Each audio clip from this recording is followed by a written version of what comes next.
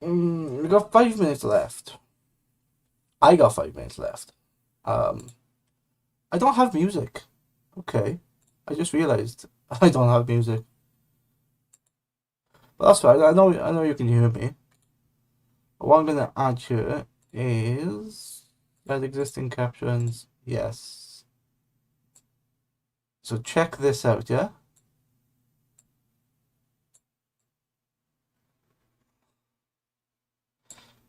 I have put captions.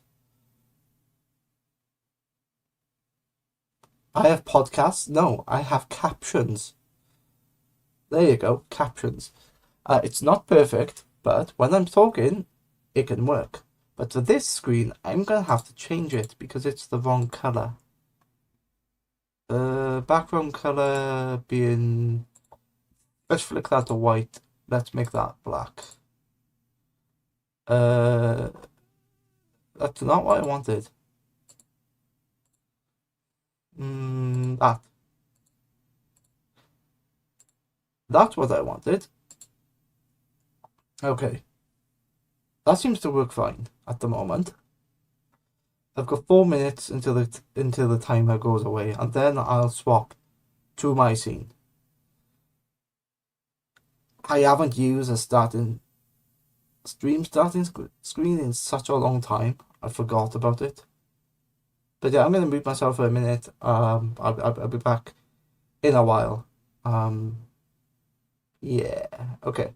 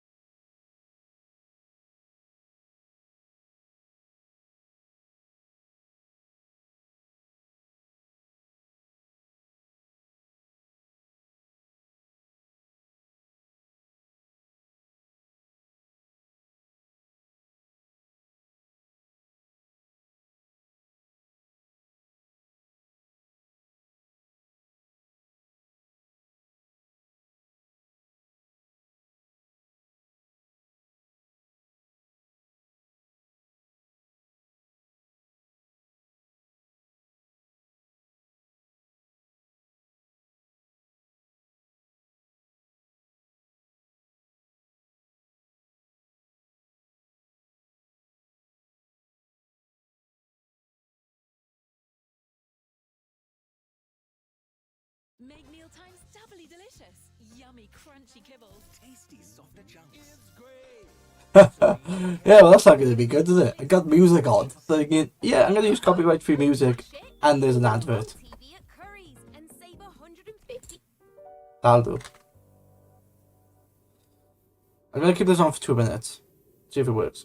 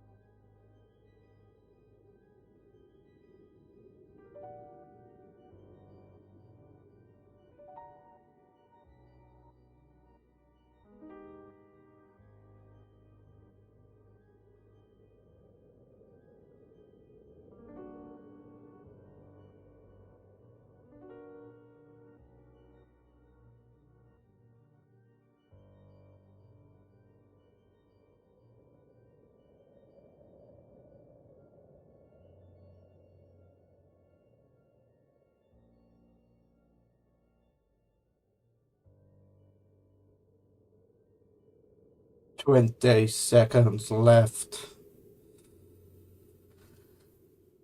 That skipped 18 then. It's not accurate.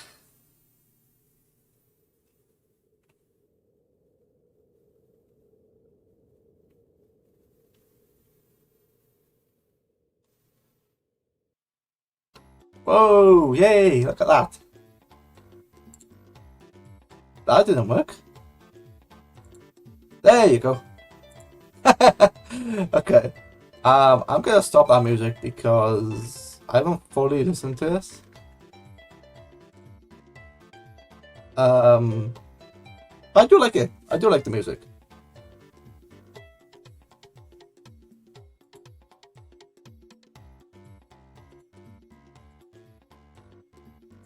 Okay, go to that.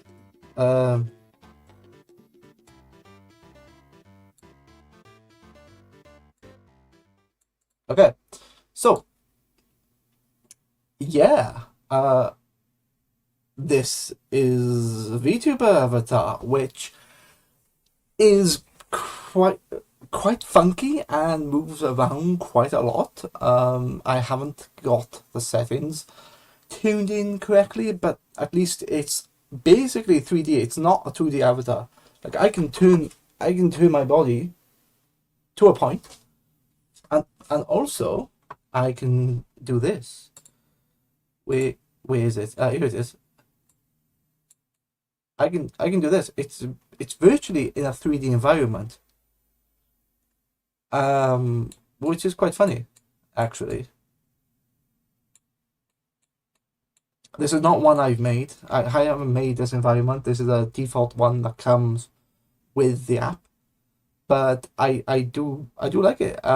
You can put this character into different spaces. It's got some hand movements. See, yeah, you can put this character into different spaces and completely change the backgrounds. You don't have to have static backgrounds. That is what I'm saying. But yeah, there's a couple of things I've added. Every time I wanted to stream, I thought, okay, what am I going to do? How am I going to make this different? And one thing I will change. Yeah, okay, that'll do. The hair moves. Even though I still like this idea. Yeah, so let's take a step back.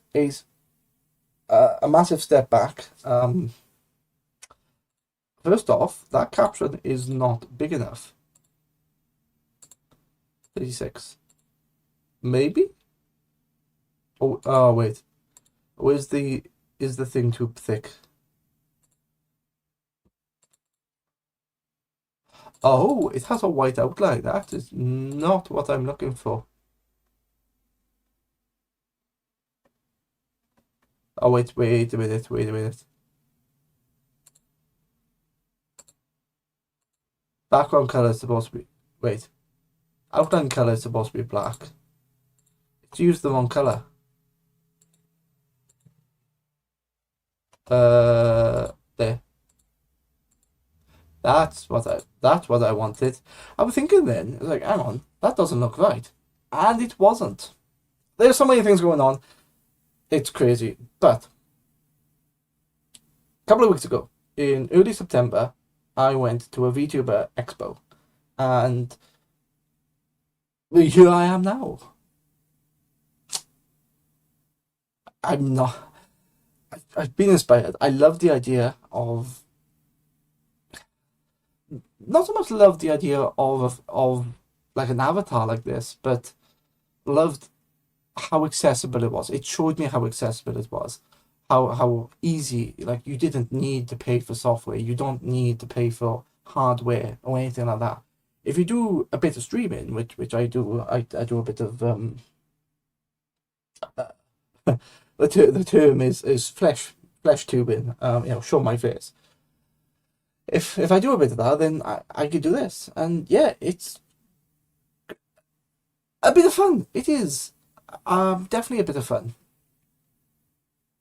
I think it's Oh, wait. Is it you? Become ghost chat.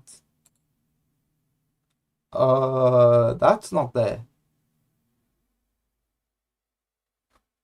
I'm missing something. There.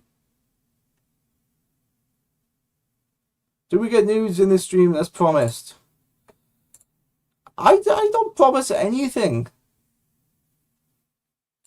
There you go. There it is. I knew I was missing something over there. Hot tub stream. Hey, you say that. One of the default environments is one of those. They know their audience. That's all I'm gonna say is that they know their audience. And I know that some people will do it because like I picked a somewhat male avatar, but this is meant for mainly for females because you look how much this body is moving about. My head is literally just tilting left and right, and it seems quite sensitive. Like if I move my entire body, it just it's too much basically. So it's meant to like bounce and things. So yeah, like I'm not even moving my body at this point. It's just my head left and right, and the rest of the avatar's body is moving. Um, you won't want to see this in a hot tub stream. Absolutely not. If you're gonna do it, mm, okay. That's the first time that's actually I put my hand on my head. That's the first time those hands have been close to the head. Anyway, I get distracted. Um, anyway, I never promised you anything. You're not giving me money, so you're not getting anything back.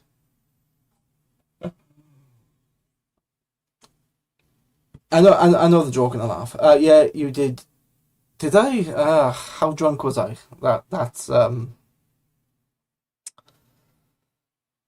no promises when I'm drunk. When ain't I drunk? Um, yeah, that's I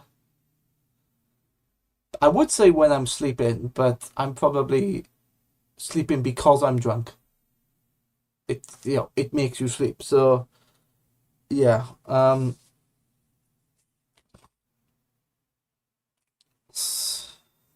Did I bring back your Stein?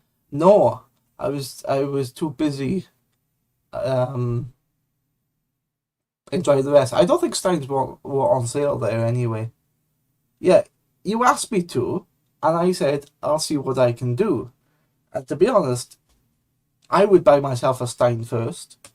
I don't think it was that sort of tourist place where like you go to London, you can buy flags of the tube, or you can there's more tourist things. Where I went in Cologne, that's basically a city. It's kind of like Birmingham in that sense. Where it's a city. It has people, tourists, but it's not a proper touristy city. Wait, why is the chat appearing twice? There you go. I didn't even see that the chat was appearing twice.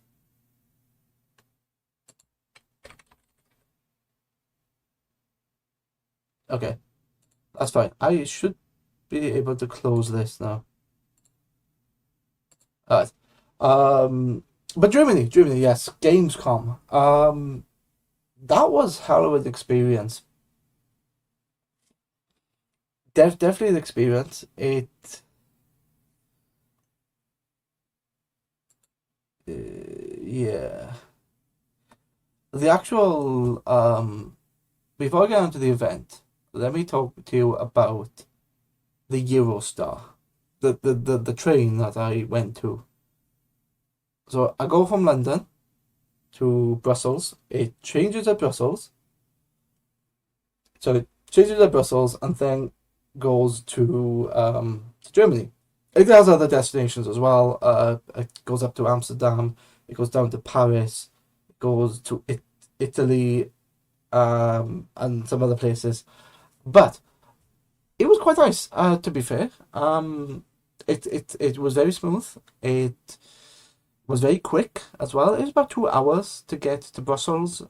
There was about a 45-minute changeover there, and then it was about 2 hours to Germany. It felt really weird going to a different country and not traveling by train. Sorry, not traveling by plane, because when I go away to on holidays, I normally travel by plane, and you've got all that idea of, okay, passport. You still have passport control, but yeah, you still have passport control, but the fact that you haven't got on a plane, you haven't been strapped in, your ears haven't popped, you're not being served shitty airplane food. The experience was different, but it was so nice. I left London at 6 o'clock in the morning, and sorry, not 6 o'clock in the morning, 9 o'clock in the morning, and we were in Cologne just after 3. So it was about 6 hours. Actually, technically they're an hour ahead, so UK time it's 2 o'clock. So, but that was fun. Yeah. I haven't revised, not revised. I haven't like put any of this conversation I'm gonna have in a document or anything. This is going off the top of my head, so I might start a conversation. I may start a conversation, stop a conversation, and then move on to something else, and then go back. Whoa! What the hell? It doesn't like my hands somewhere. Okay, fine. So this is quite nice because I have articulation in each of the fingers, which is, I'm being distracted again by the model. Why? Um, but yeah, I ended up going to Gamescom. Well, specifically Germany, and ended up going there a day before Gamescom. Because it just made sense. By the time we traveled, we knew we were going to be there about 3 o'clock, so we just went around the area, got to a hotel, and chilled for the night. And then when we did do Gamescom, it it was crazy. You've never been to MCM, but how do I describe it? All of the halls within Gamescom were being used, and it's something like, let me see if I can do this. If I can bring something up, I'll show you something now. Add window capture. I don't want that. I want that. Okay. Which is wrong. Which is not. Hey.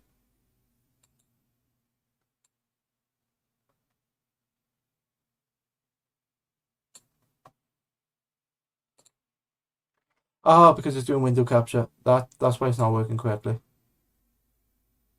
Okay. That's kind of why I wanted to do it like this. It's getting too small. Anyway, can I do this, or would it mess it up? Uh, I don't know. Actually, that's right. That's not too bad. Okay. No, it's not called Gamescom. It's called, yeah. So Gamescom Wikipedia. So this is what Gamescom is. According to Wikipedia, it's a trade fair held for video games, and it's similar idea to MCM. It's much bigger. Let's have a look. Attendance In 2023, there were 320,000 people who attended. So last year, there was that many people. Yeah. The first year it was held, it was still 240,000 people. 245,000 people. MCM, I think, only does 130. So that's really interesting. But if I go to, wait, what was that? Yeah, 2009 that was. So that was 15 years ago. Jesus. Let's have a look. It looks like it's been going. Hang on. 245,000 people. 254, 275, 275, 340,000 people. It kind of looks like it was at capacity in 2013. There was less people in 2014, more people in 2015, 350,000 people in 2017. Oh my God. 370,000 people in 2018. And don't have a Jesus, okay.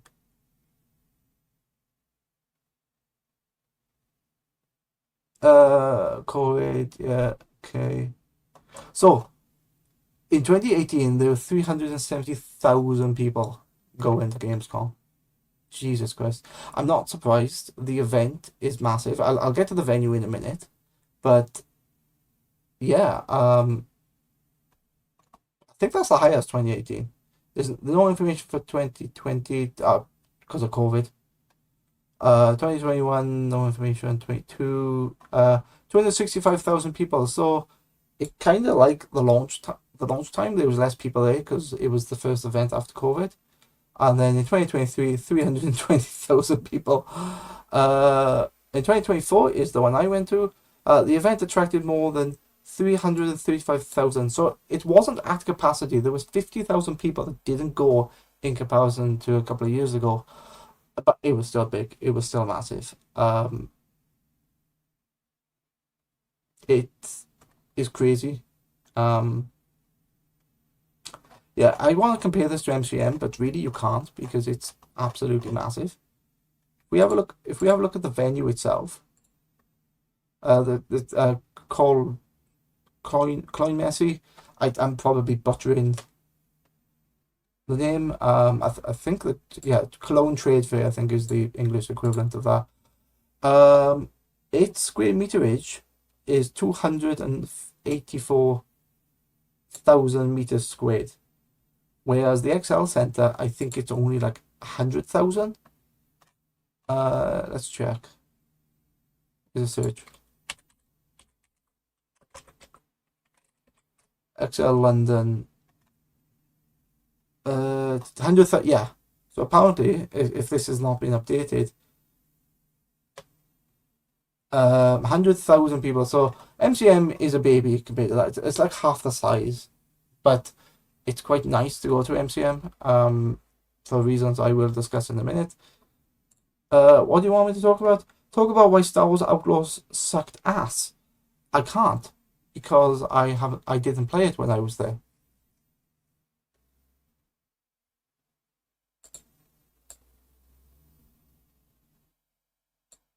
Yeah, I didn't. Let's put that out there. No, I didn't play Star Wars Outlaws.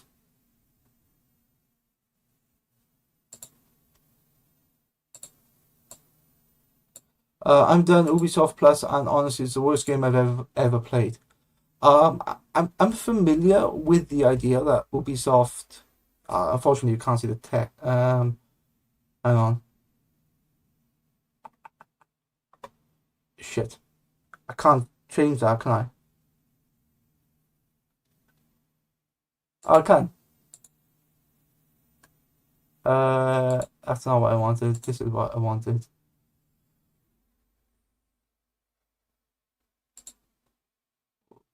Position, style. Right. Fine. Let me. Okay, that's better. I didn't realize I couldn't see the text. Um.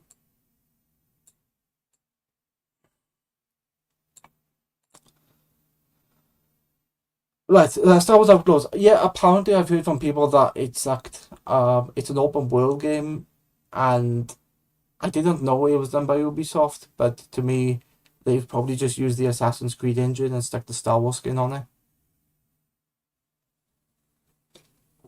You're doing it through Ubisoft Plus. I suppose I could look at what that is, but I'm assuming that's like Game Pass where you pay a subscription and you get games free. What was the last Star Wars game I played?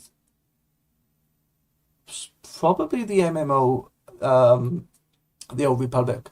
I don't think I've played a Star Wars game since.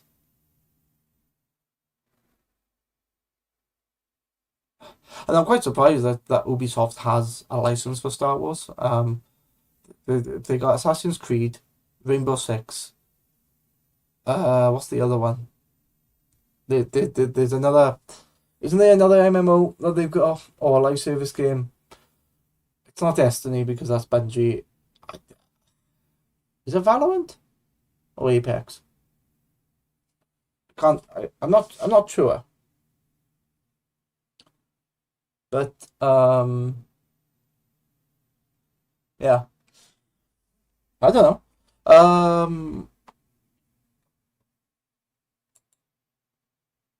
Star Wars Outlaws. What was the old game before that? Was it Force Awakens? No, Force Awakens is an old one. There was a guy with there was the guy called Cal, ginger hair, he had a small robot on his shoulder.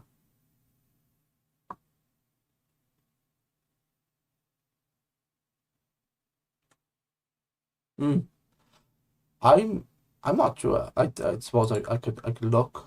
I'm on the wrong thing. Um, uh, was Outlaws 2024 video game developer might Massive Entertainment.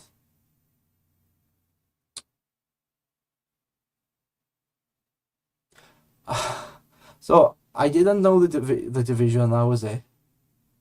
The Division Two Ground Control. So I only knew them for World in Conflict.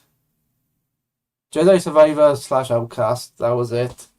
Hello, yeah. Wait, what's that? Raging Wolf Hell. How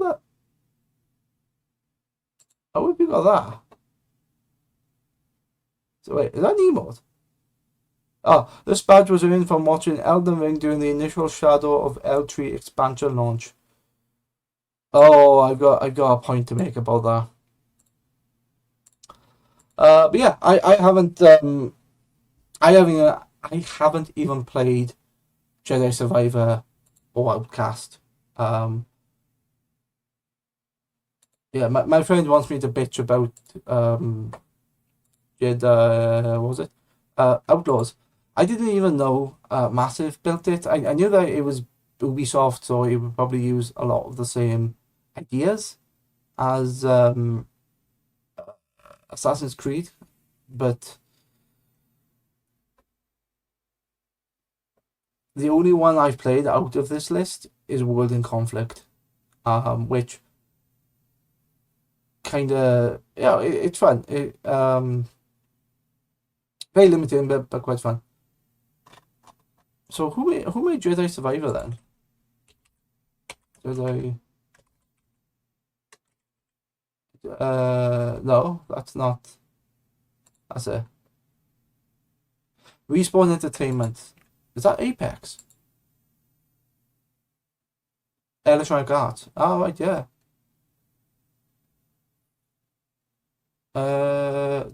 Titanfall. Jesus. Respawn's debut game, first-person shooter Titanfall, was released in 2014. In 2017, the studio was acquired by EA. The first game since acquisition was the free-to-play Apex. That's it. Right. I'm really surprised that Medal of Honor Above and Beyond is a virtual reality game.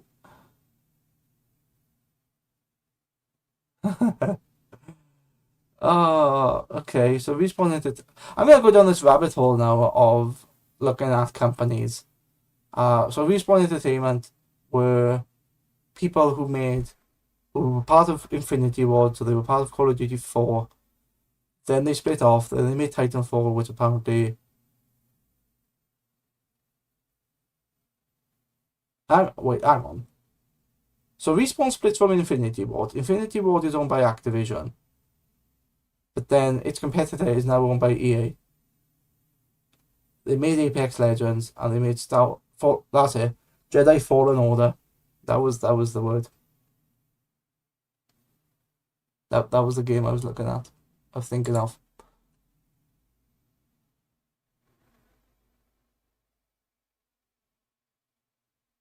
But then why would you go for a company, Massive Entertainment, which is known for fucking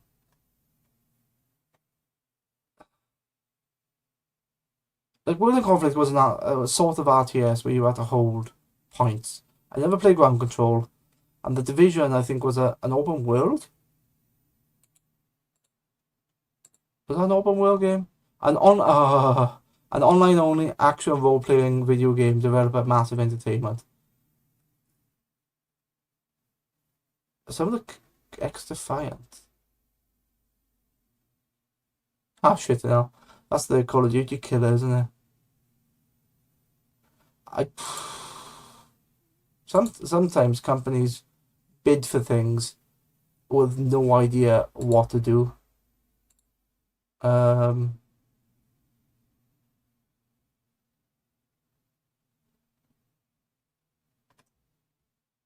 Wait, is it?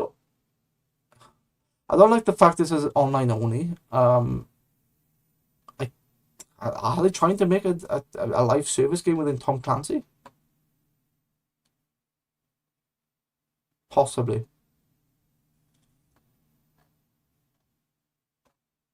Anyway, I'm not paying for that. You played the first one. I know. I just said fun game, but the memories are flooding back now. I finished it, but hated the gameplay. Yeah, that's fine. I forgot it was called Fallen Order for some reason. Yeah, I never played that. I don't know why I never played it. 2019. I think have I got it? It might have been given to me via Epic.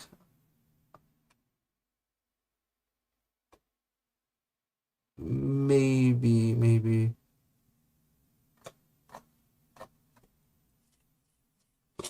Anyway, what were we looking at? We got distracted with a game.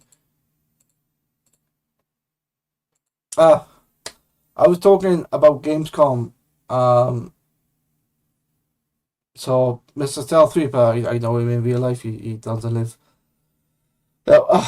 He does live. But he wanted me to get him something. He wanted me to get him a Stein because I went to Germany. On the if I was gonna get a Stein, it would be for me, and then I would get something else. But I didn't get one for myself, so no Stein for you, Mr. Stealth Reaper.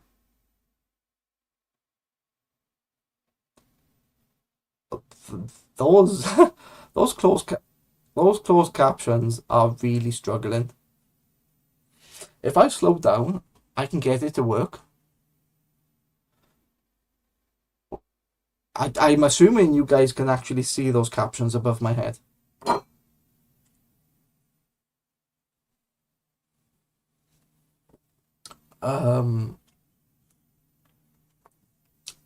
Yes, we can. Awesome. It was actually something I wanted to do ages ago. But every time I looked into it, the answer was, "Oh, you download a piece of software which runs alongside OBS, or you use Twitch's own feature." Because I think you can turn closed captioning on that, but you have to activate it in a setting. Or when you do it for YouTube, you do it that way. With this, I don't have to mess around with that. It's and I'm also recording this video, so when I look back on any platform, I'll have the closed captions. I think it will work well. Yeah. I may have been inspired by someone doing shorts with all the text. So yeah. I'm not sure if you heard at the beginning, but I was playing some of his OST as well, knowing that he there's been no DCMA, been no issue doing it. So I think if I am gonna do a loading screen, like a starting soon, a couple of things might be played from that, which would be fun. Yeah. Okay. Let's have a look. Yeah, roll the harp music for the win. The only time I've listened to it is when when he plays it. I haven't actually listened to the music. But one thing I thought was a bit dodgy is that I'm listening to it through YouTube, which okay, fine. But then maybe I should just because what has happened is I went to listen to it and there were two adverts. It's like shit. So I'm probably gonna just buy the album so I can play it without adverts. I'll probably play the game at some point as well. Yeah. Let's have a look. What was I saying? Oh yes. Getting distracted. Gamescom. This is the reason why I wanted to do the stream. I wanted to talk about different things. Talk about the elephant in the room, the VTube avatar, because beginning of the month I went to a VTuber expo and I didn't realize how easy it was to get into this. It's tracking me through my normal webcam. There's no extra hardware, like there's no gloves that are tracking my fingers. It's struggling because yeah, that jumping around, it's trying it's trying to capture two things at once. So my head, it's capturing the movement on my head. It's also capturing my fingers. See, full articulation in every finger, which I think is really cool. I can just do stuff like that. What software? The software is. I can't actually pronounce the software because I'm gonna butcher it, but it's called. Um.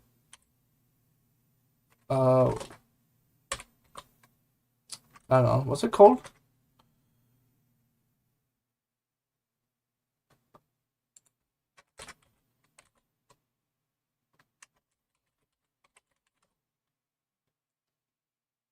Oh. Yeah, it's that word. What do you want to stream? It's this. I pronounce it as wardrobe, but I think I'm butchering that. But yeah, apparently I've never actually seen this, so I didn't know this was a thing. But it allows me to do. I'm actually in a full 3D environment here.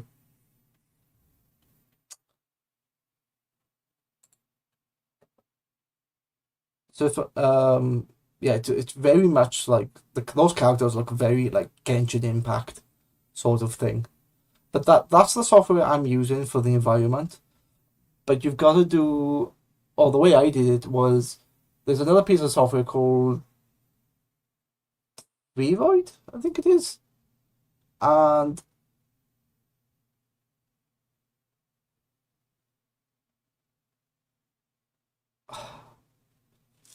hang on. Let me finish talking about this, and I'll answer that question about the gaming PC. Um,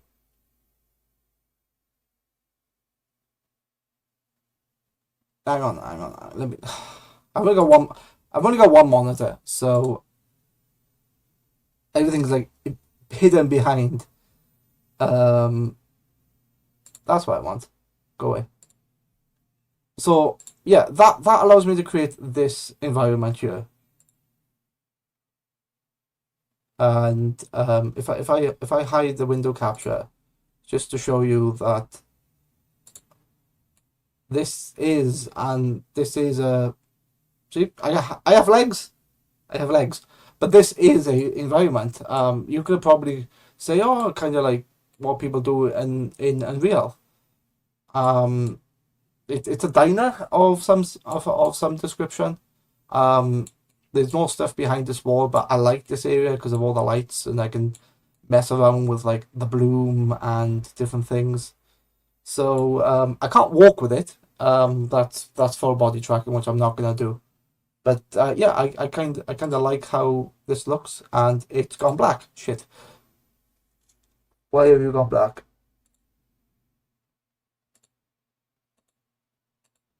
Because I'm in window mode, and if I minimize the window, it goes down. That's how that works. Okay. Um, but yeah, that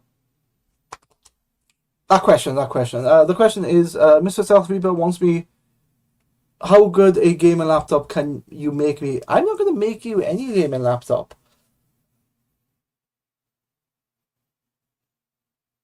Uh, look, I know Mr. South Reaper. I know it. I've known him for years, through school and stuff like that. A gaming PC for 600. Well, if you have 600, you can get something, but you will be limited. Crack on about the laptop building. Well, I already built gaming laptops. Oh, well, I already know. Well, I know already built gaming laptops are crap. I watched Justin plays. Uh, Sometimes they are. Depends what you want to do with them. Environment on the VTuber model looks great. Yeah, it does. You know what's quite funny with this actually? This text, it's not default. This black hoodie is default. So I have the option of taking this hoodie, which is basic image, and putting this text on, and it looks exactly like my real life hoodie. In fact, it's the hoodie's on my bed at the moment. Um, so it kind of looks like what I would have in real life, and I'm tempted to like. I have another black hoodie with a Halo 3 logo on it. So now and again I could swap them out. So I'm not always wearing this. I hands. I could wear something else. Um, window capture, yeah. But yeah. So two things. Before I get distracted, Vroid. So Vroid Studio is the software I use to make this avatar. Um, I think it is. Is it? No. No. Yes. Yeah. Yeah. Yeah. I think it is. I'd have to check. But basically, when you get into VTubing, there's a lot of stuff of building it in one software. That software doesn't do everything, so you've got to then, where's my hands? Build it in one software and then import it into another, and then do something with it, and then import it into another one. But once you build the model, you don't have to run the other software.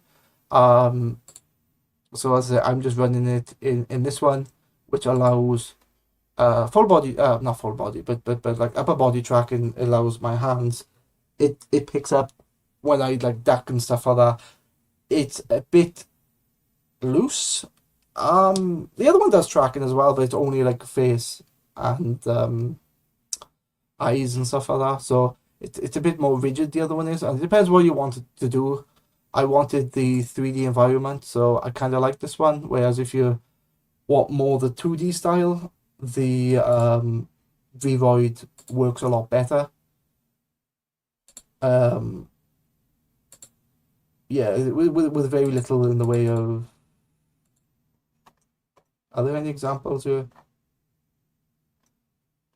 Yeah, no. Yeah.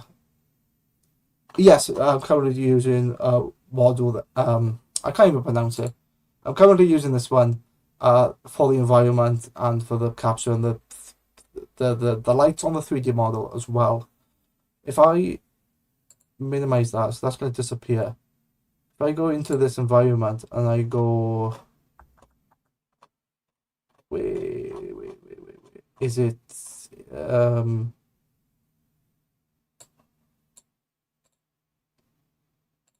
if I do that, I'm no longer in the environment, but the model's still here. So I can kind of make that as a green screen environment, and I can just like be over a certain thing. Um, but I kind of like it with the environment because it adds the color, and I can mess around with these with the bloom on those lights behind me as well. So if I go to camera one, yeah. So I can turn the bloom off. That's what it normally looks like. And then I turn the bloom on. It kind of looks a bit better. Um, it's connected to chat. Why are you being an idiot?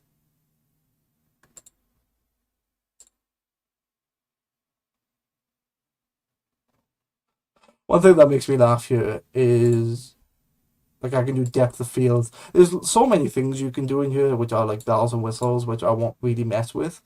Um, but there's one thing that made me laugh. Wait, it was it. Like I can be like night vision. So if I do something like Metal Gear Solid, I could put this as the avatar if I'm streaming with it. I think it'd be quite fun because it looks like a codec hole. So there's a couple of filters you can put on there. Um, you can blur the entire thing as well. And this one makes me laugh. It reminds me very much of Japan. I can literally, I look like something that shouldn't be shade. Um, but uh, but yeah, there's a few filters in there I can mess with. But I kind of like the way I've got it set up. I like the slight movement. I like that there's light on this as well. There's a light coming through a window in the environment. So it does make me look very 3D. I don't have to worry about coloring, making a 2D image look 3D.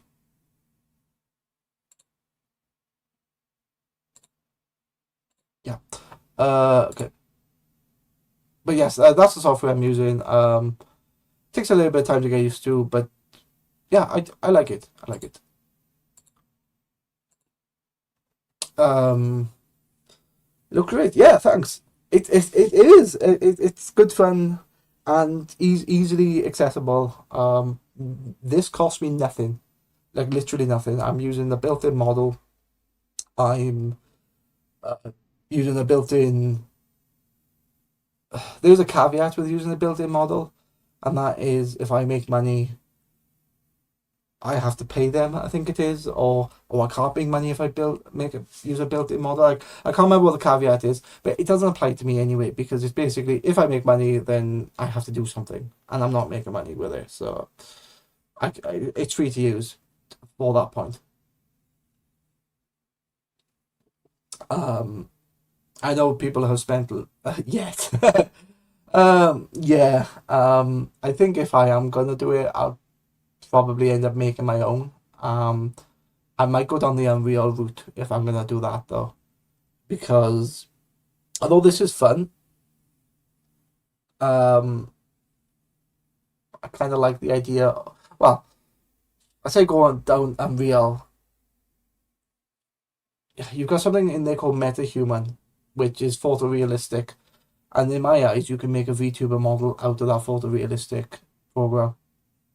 It's actually a game that I saw at Gamescom, which uses the Unreal Engine. Uh, this. No. Oh wait.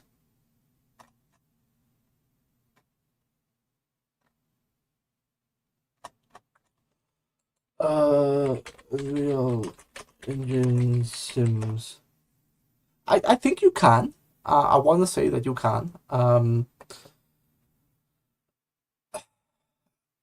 It kind of makes sense that you could.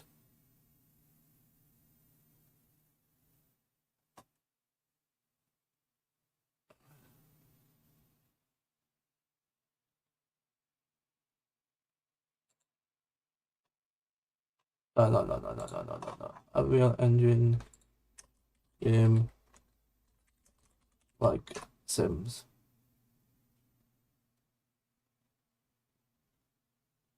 That's what it's called. That's what it's called. In Zoe. So this is a game I saw at Gamescom, which very much looks like MetaHuman, and they've just gamified it. I'm not watching 6 minutes.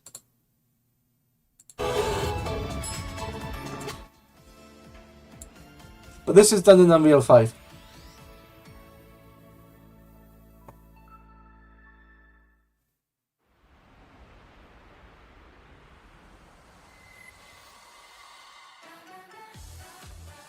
It's supposed to be like Sims in the Unreal Engine. Amicoverse, yeah, probably the same. I think she might be using that.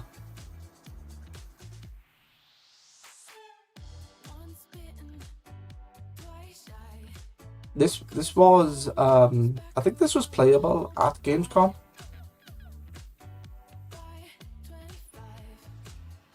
That just looks like GTA now, looking at the back of people.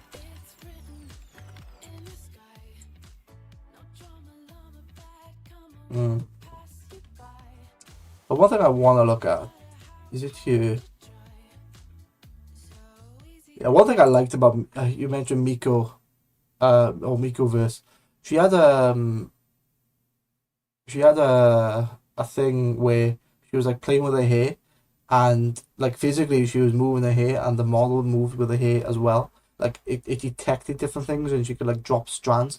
That was cool, but I think that was definitely the power of Unreal.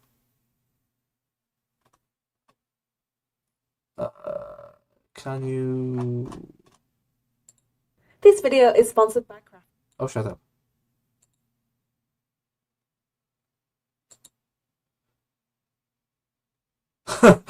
She got punched. I've seen bits. Oh wait, video is not sponsored. What are you talking about? Ah, okay.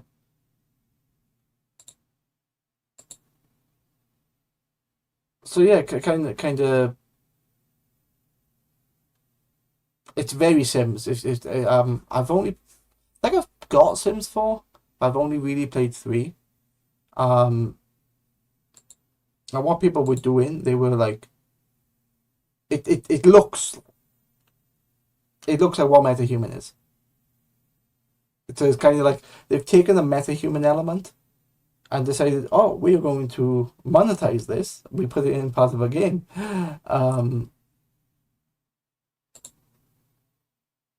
Yeah, a lot of people will. If this comes out, it's gonna kill The Sims. EA are gonna be fucked.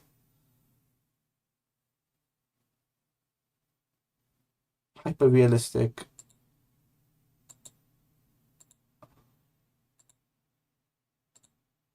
Yeah, it's yeah, it just looks like The Sims. It's good on them, to be honest.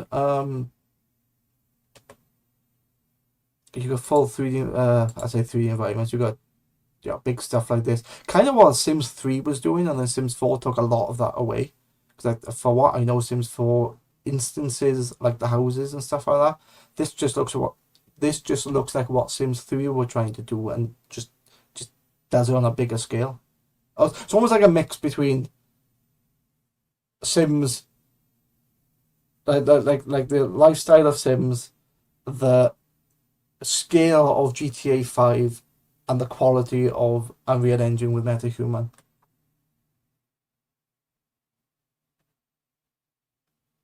See, you understand why Sims never really appealed to me. I played Dungeon Keeper. Yeah, you can't really slap the Sims or torture them. But you can if you take the ladder out of the pool, but that's something else. That game, it does look very impressive. One thing I have noticed is that if you look at The Sims on Steam, there's a lot of women playing there, so I think it's going to be very popular with them. Yeah. So that was a game that was at Gamescom, and it looked very nice, and there was a queue going around the booth, and I saw a sign saying 4 hours. So people were queuing for 4 hours to play this game, which looking at this, I don't blame them because it looks really good. I think they had like I don't know, a 40-minute session on it. Um, I wasn't queuing because I can't really stand for 40 minutes. I could walk for 40 minutes, but standing really messes me up. But yeah, that was one of the games. Wait, it's made by PUBG. PUBG Maker reveals upcoming Sims-like game. Wait.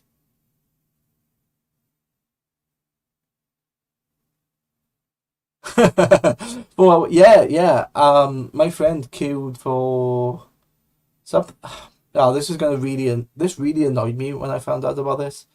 There was 20 halls. Oh, sorry. Should I say? Let me go into the venue first. So this was the convention center, and is this an old photo?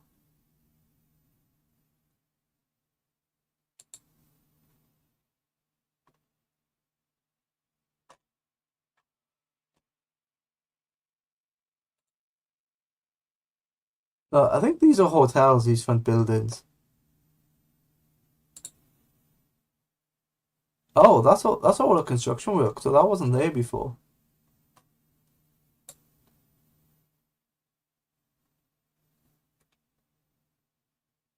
Yeah. All right. So the way which entrance is this? Is this south?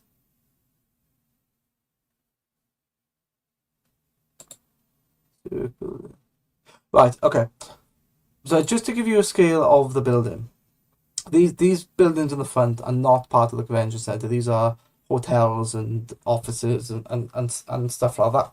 What is the convention center is this brown building here, this brown building here, this big brown building here, and this little bit here. Uh, this building at the back here, which looks like they were building it because of all the stuff. The small courtyard is part of it. So basically, is that it as well? Yeah. So can I draw that?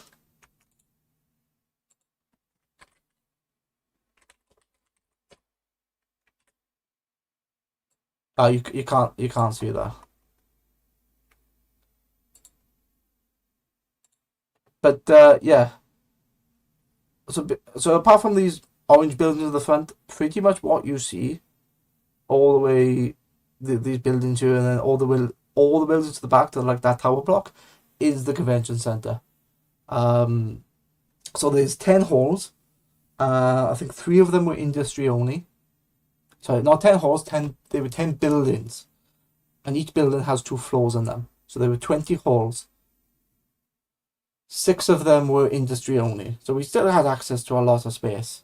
In the 4 days I was there, I couldn't see everything. I saw the merch store, the indie hall, and the cosplay zone. I think that was it.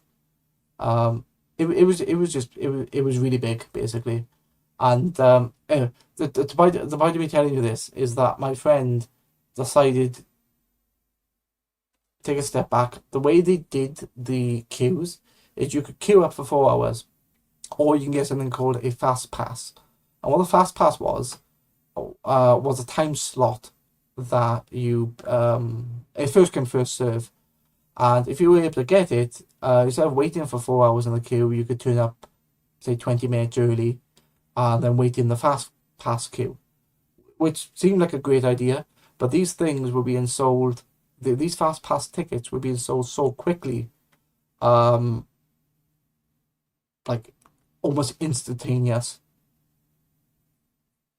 They had a nice system to manage it though, where say there was something on at 3 o'clock, those fast pass tickets wouldn't be sold until 3 hours before, to stop people trying to book everything on the Friday for Saturday. So it's quite nice how they did that. But yeah, my friend I think was in the queue for 4 hours for something, um, which he didn't have a fast pass, but it was like the last day and we were killing time. And what really bugged me though was he queued for Final Fantasy 14. Bear in mind that that game has been out for many years, and one of the halls was just full of games that are like 10 years old, or not 10, maybe more than 4 years. You had World of Warcraft with its new The War Within expansion. Fallout 76 has a new expansion. Starfield, I think, was relatively new. Um, what else was there? Fucking um, Fallout, Elder Scrolls Online. That that has a new expansion. So it kind of did annoy me that this this convention is supposed to be for new games, but there was an entire floor of a hall just filled with old games, mainly MMOs with expansions. Which kind of like, well, what's the point? Why should I queue for the game that's out? If it's alright, if it's a game you have to pay for and I'm not paying for it, you can sort of argue. But if it's a free to play game like World of Warcraft, no, that's not free to play. But if it's a free game and it's already out, why the hell am I queuing? That's basically. What did you say? When we went to the above mentioned Star Wars attraction, we had to show up before the park opened at 5 a.m. to be on a mobile device, log in, and complete to get a fast pass time stop ticket before the servers crashed, which immediately did. It was insane. Yeah. Fuck. Fubar, that's what that is. Um, I kind of like the idea where they did here, where you had almost stage tickets. So if you wanted something at the end of the day, you didn't have to book it at the beginning, because those tickets weren't available to be had. Um, but if you wanted it at the beginning, you ended up booking online like the night before. So I wasn't too bothered. I knew that this place was going to be big. I knew that there were going to be queues. I've done MCM, well, 20 times now almost, which, yes, it's a lot smaller than this. This is something like, what did I see? To call Messi, it is almost 300,000 or 280,000 square meters, where MCM, or rather the XL Center, is 100,000. The difference is, this is using all of the halls. There was no space for anything else, where MCM uses probably 50% of the halls. So in fact, it's even smaller than this. It's not even a third. I think it's like a sixth of this size. Um, so from that, I worked out a couple of things that it's going to be busy. There are going to be lots of queues, which didn't bother me. I had no problem going to an event and not really queuing for anything. Because I felt that I would rather walk around not doing anything than just sitting in one place just to do one thing and wasting half a day.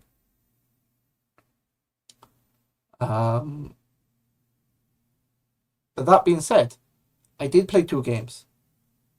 One of them was a game called Splitgate, not Splitgate, Stormgate,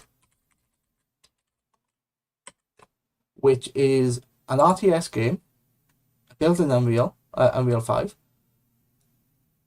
developed by ex-Blizzard employees. LineCon, yeah.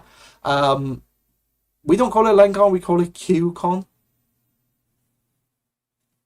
As in, like, a queue. But I suppose LineCon makes sense. There was actually was it this one or was it in a different one? You had a space for an attraction, which you had a queue around it, and it was like 2 hours. And then if people wanted to queue longer, they couldn't QCon. That sounds better somewhere. Yeah, it does. Yeah, it does. You can imagine him like clicking his fingers. Actually, yeah, that articulated cool. So you had a queue for the attraction, or the stall or whatever you were wanting. When we did this, we had that in the XL Center, and luckily the event we were using wasn't using every hall, So on the first day, they had no idea. They were overwhelmed. People were queuing in like the corridors. People were queuing in between stalls. You couldn't get around because there were so many people. So what they ended up doing in the second day was um, using space in another hall and dividing it. So okay, you were for meet and greets. You were for this event. You were for this event, and that saves up a lot of space for people just randomly going around. Yep, that's exactly why you nailed it. Yeah. Yeah, it's as I go after going for several years, you get used to certain things and it become like second nature or white noise. So I haven't really queued for anything for years. First time I did, I queued for about 2.5 hours to meet a cosplayer, a cosplay celebrity, and even now, like 10 years later, I still look back on that event and that time being the best time I had. I've made lovely memories since with friends and stuff like that, but I will always look back at that particular moment with fondness. Um, I really that sparked my love for cosplay and conventions and just geeking out. And it's like 33, and I feel like I'm 33 now, and I feel like I'm 22 when I go to these events. I feel much younger than what I actually am. It's quite nice. Which I was almost 22 when I think I was 24 when no, hang on, 10 years ago, 33. I was 23 when I first started to go, yeah. But then when I was younger, I felt younger again, so yeah. Um, Stormgate. Anyway, have you ever played? Nice. Which con did you say ignited things? MCM London. So yeah, before I go on to Stormgate, let me talk about MCM London. It wasn't a con specifically that made me go. It was a cosplay celebrity. I, I, I gotta be careful when I search for this person because I don't know what's going to pop up. So let me just check something first.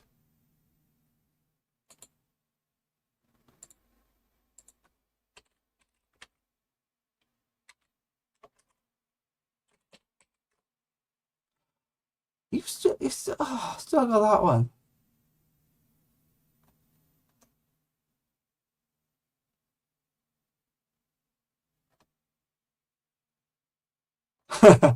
Yeah, in fact, I'm actually using Microsoft Edge to show you stuff, whereas normally I use Chrome and autocomplete is on in Chrome, but not on Edge. So, um, not that I'm looking at stuff I shouldn't be, but you know how autocomplete can be. So all I've done, I've just hidden the screen. Yeah, there's not many pictures.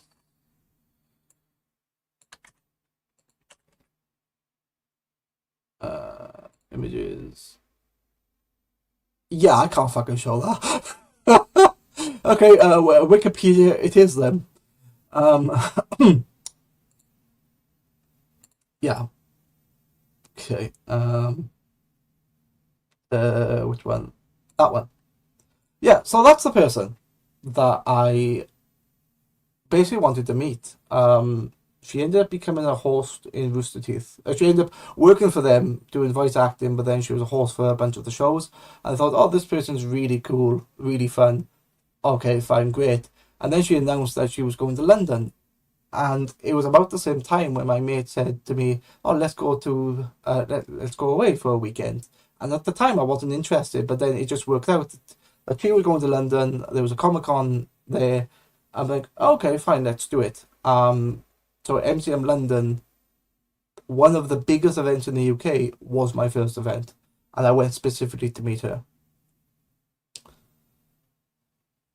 Um, and yeah, she was a darling, she was fantastic.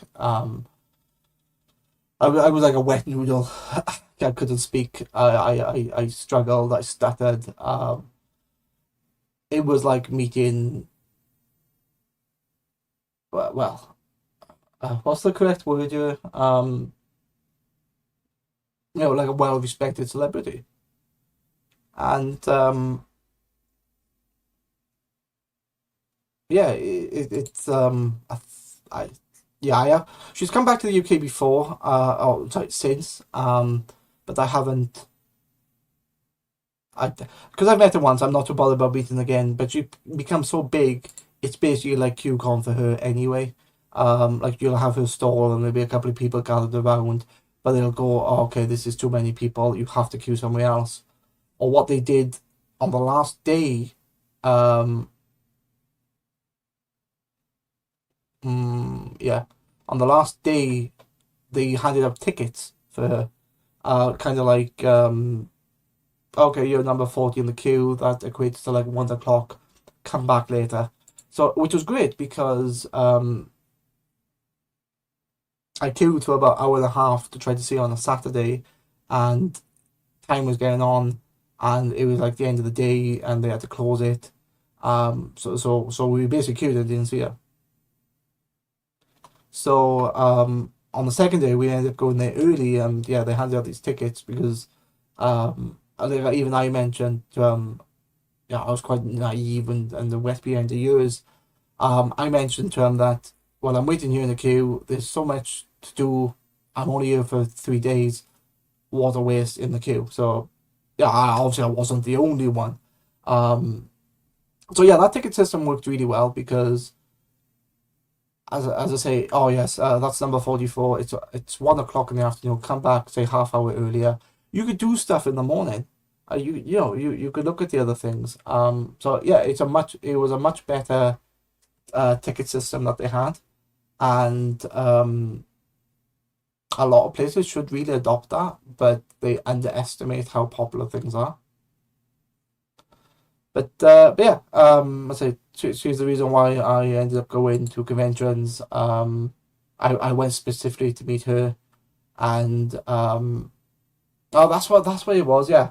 So the first time I went to meet her, because she was traveling from the US, there was some issues with travel. Yeah, with planes. Yeah, some issue with planes, and she couldn't come to London. Like they let her down like 3 days before. So I went to the event and I didn't meet her, and I had my eyes opened of what was there. And then when I went the second time, that's when I met her, and it was really nice. Um, but yeah, that really sparked my love for cosplay and conventions and how people are really creative. A big thing of using like foam mats to make what looks like metal armor.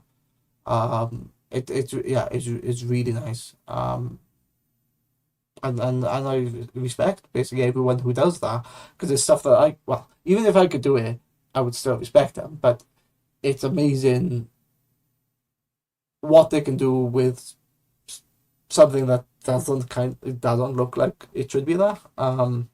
Anyway, I'm rambling on. It's one of those things that you go, you have fun. Over time, you end up making friends, and then what happened is 10 years later, me and a couple of guys have decided let's do an event outside the UK. So we ended up doing Gamescom in Germany, and we are having a bit of a break from planning international ones at the moment. But we are thinking about doing another one next year, and that will be TwitchCon because there's one in San Diego which we're not doing, but we're doing one in Amsterdam. Not Amsterdam, Rotterdam in the Netherlands. So we want to do that one again, and oh sorry, we want to do another European one again, and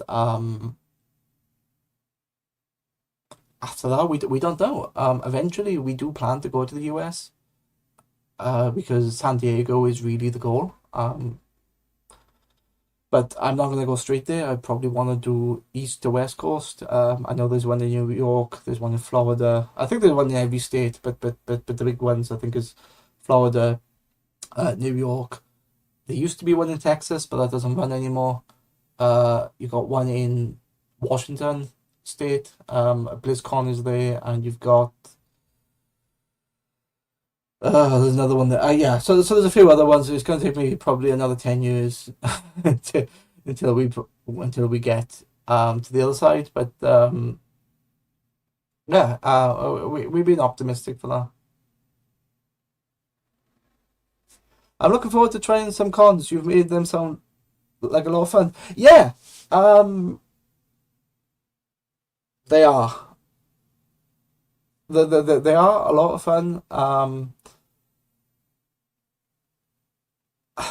I so they are a lot of fun with a caveat, and the caveat is this: yes, go to meet somebody. Like I wanted to meet Jessica, but that's the only person I wanted to meet that whole weekend. Not knowing how long you would spend in a queue, not knowing how tired you would be as well, because there's quite a bit of walking. Certainly for me as well, quite a bit of walking. By the second day, my feet are knackered. I not that I'm struggling to walk on Sunday, but I'm a lot slower on Sunday. Um, yeah, so basically I'm struggling. So yeah, if you were to go and you want to meet somebody, make that your sole purpose. Just go there to meet that person, and anything outside of that is a bonus. Um, because there was an event that was very much for celebrities to meet them, but people were like booking three celebrities in the same day. Problem with that is that things can snowball. So the celebrity is late, so things are pushed forward 20 minutes. Um, so that snowballs to the next thing, and then you're half hour late for the next one, then you miss your slot. So yeah, try to plan it so that just do one thing. Plan the one thing at a time, and everything else is a bonus. Take your time. Don't rush, and that's really my advice for events. And you'll definitely underestimate the amount of walking, the amount of traveling from one place to another, especially with the amount of people. The fact that you might not be able to get through a path because there's so many. Take regular breaks, drink lots of fluid, generally water. But actually, I say generally water. Full fat Coke is great for me, because I found out that, well, I not officially found out, but I was doing an event, and I think I want to say blood sugar dropped. Like I'm not diabetic or anything like that, but it's kind of like when people talk about it, it seems like that. So I ended up going to the shop, getting a full fat Coke and a chocolate bar, and I felt a lot better after that. So yeah, snacky stuff. Just make sure you eat, hydrate, and yeah, it's good fun. I'm not sure when the next one is where you are. It's not that I've looked,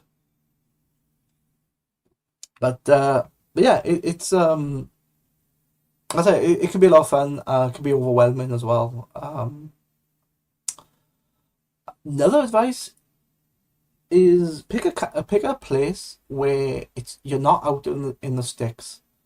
So what I mean by that is when I picked London, although Jessica was going to be there, London really solidified my choice because if I didn't want to do the con one day, I'm in London.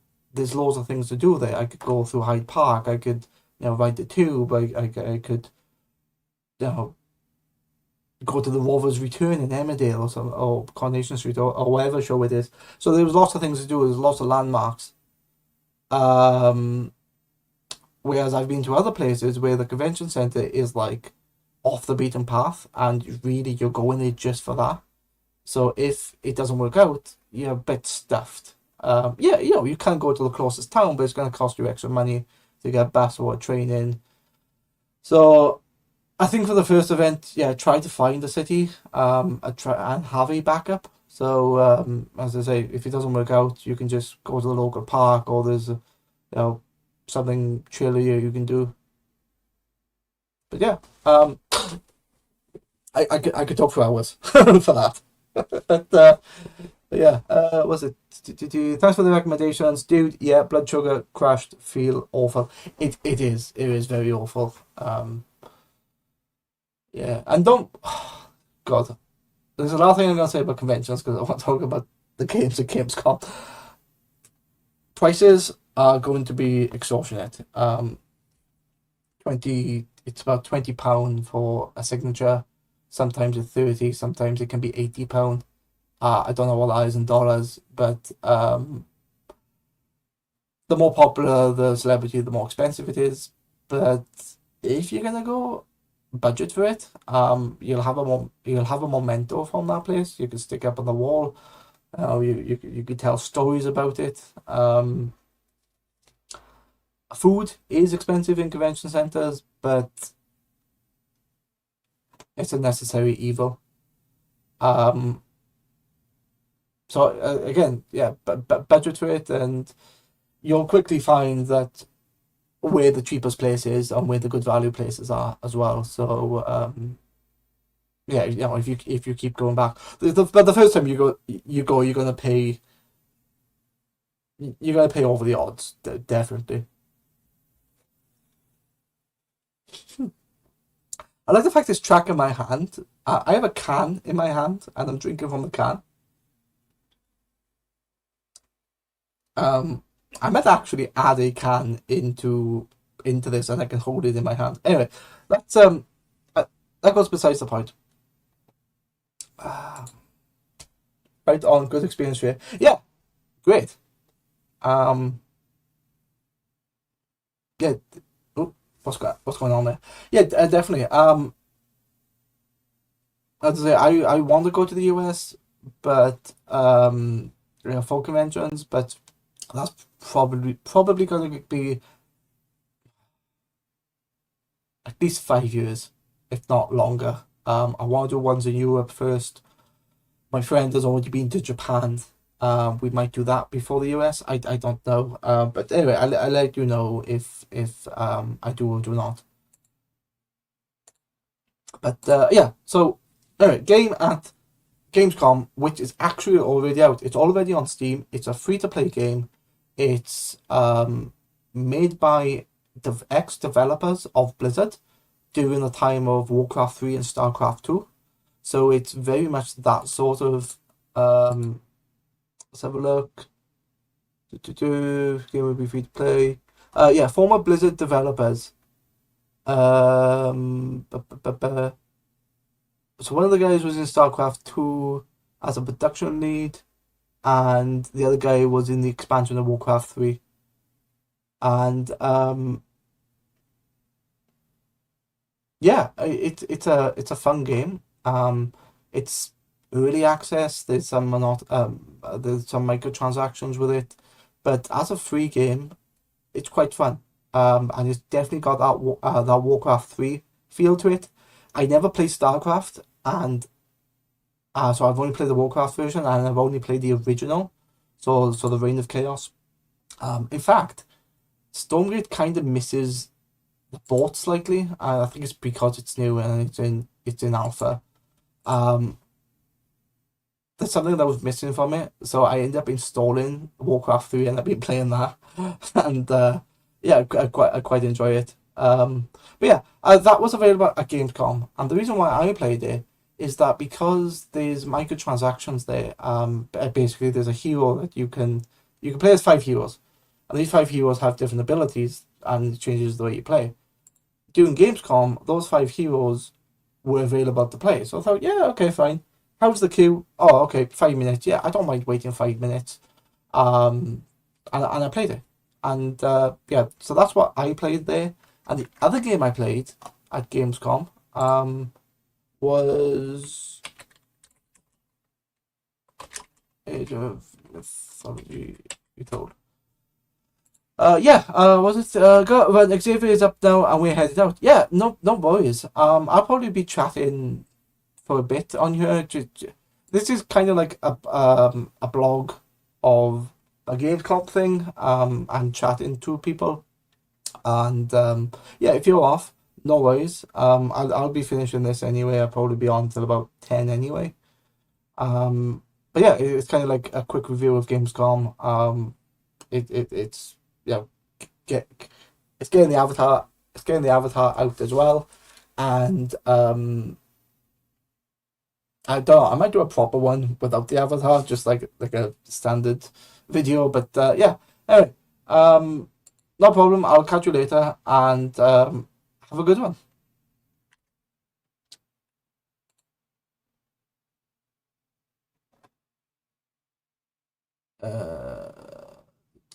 Awesome, have a day, dude. Thanks for the stream. Yeah, no, not a problem. Yay, thumbs up. Okay. So when I was at Gamescom, I also played Age of Mythology Retold, and this is it's a remastered version of the original Age of Mythology, in which I have both editions. I have the original edition and I have the Steam version. I don't have the Chinese expansion for it, but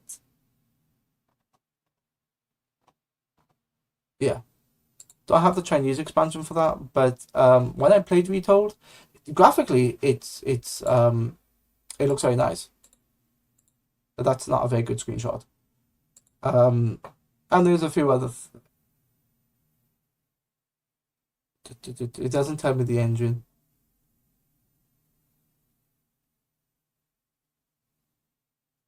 Yeah, so apparently the people who made this also made the combines elements of the original game with modern but okay. It's built on the Age of Empire 3 engine. Wait, the Age of Empire 3 engine, isn't that old? 2020. Oh no, okay, it's the ha, fuck's sake.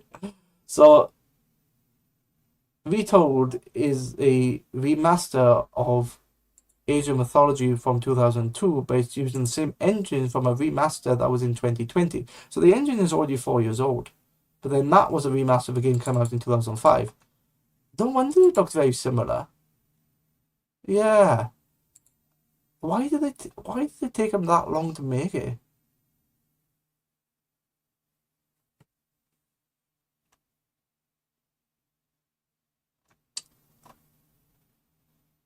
Okay. I don't know. Anyway, yeah, so I played it, and graphically, yeah, it looks nice. It plays very much like a modern RTS would.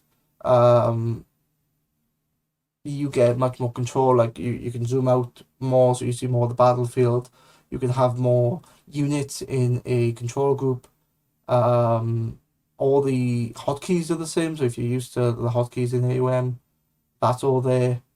I didn't actually check if the codex was in place. I don't think they called it the codex. I think they called it the history thing. All my mythology was learned from the original AOM. All the yeah, all that stuff learned from the AOM. You could click into it. Oh, what does the Colossus do? Freya, Zeus. You could learn about all these people there. So I don't know if that was in the game.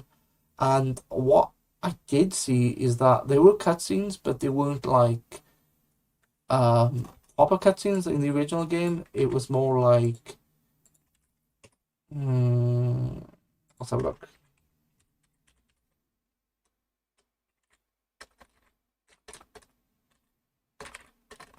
Cutscene.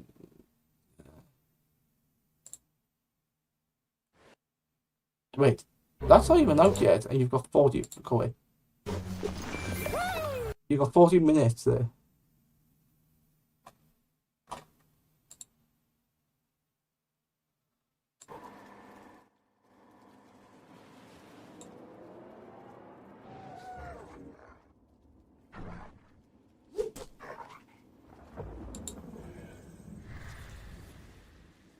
That looked like Varys. Yeah, no. I don't like that. So in the original, you didn't have this icon of the person talking. That reminds me very much of MP, where you have an icon of the person. Time since you sent him to the underworld, Arcantos. Fighting old battles again? Yes, old enemies. I still see them here. You have won more battles for Atlantis than can be kept. The voices. Fight. That was long ago. Today, Atlantis' enemies live only in my dreams. Arcantos' voice is okay. It's now. Is that? Ask for an admiral. It would shame Agamemnon if we sent one of your junior officers. Yeah, I don't know. Will I buy it? Probably. Given the right price. Graphically it looks very nice. This bit about like the character being there and then the text. They did that in Dynasty Warriors 6, I think it was. I felt like it kind of pulled away. Yeah. Look, it's fine. Don't get me wrong.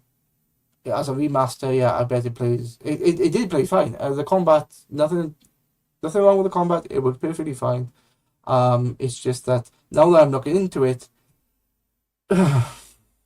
something bugs me. I wanted it to be like a true remaster, but I think obviously they've made it so that it now follows a standard. This is probably an accessibility thing, because before you couldn't really tell who was talking.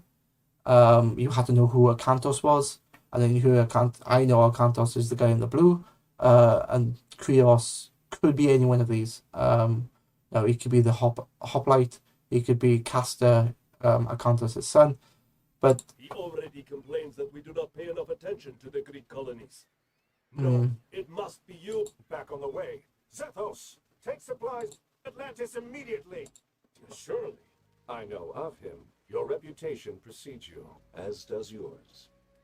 Are you ready for the siege? We could use your advice in maybe I'm talking bollocks. It's been a long time since I've played this. Try There's a port not far from here. Ajax. I'm sailing there. I could show you the way and get someone to work on your ships. Ajax is nuts. And that's not it. Okay, enough of that. Yeah. OG voices, that's the one now.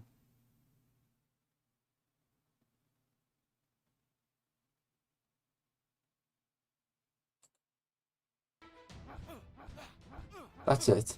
So you can compare, you can put them side by side.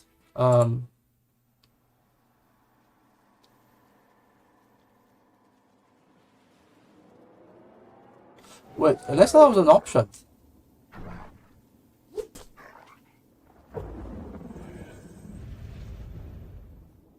That looked like Theris.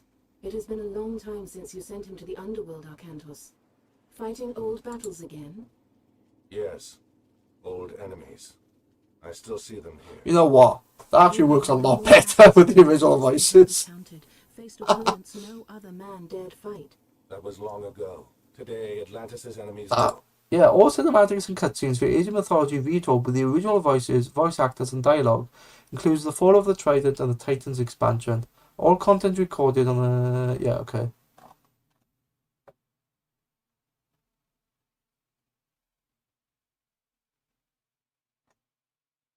Yeah, you know, that's redeemed itself. I kind of like the fact that they're using the original voices now. Only in my dream To come and help you put an end to this. Oh, he smiles. Is held behind their walls, and we've had little luck breaking through. We're about to change that. You have arrived in time for our final push, Arcantos. Get your men ashore. You can make your camp to the east. Be careful. The Trojans have some scouts in that area. When you are done, we will start preparations for our assault. It's okay. The webcam's picking up the speaker, so it's trying to it's trying to capture what he's saying. Okay. Yeah, it's another advert. That's fine.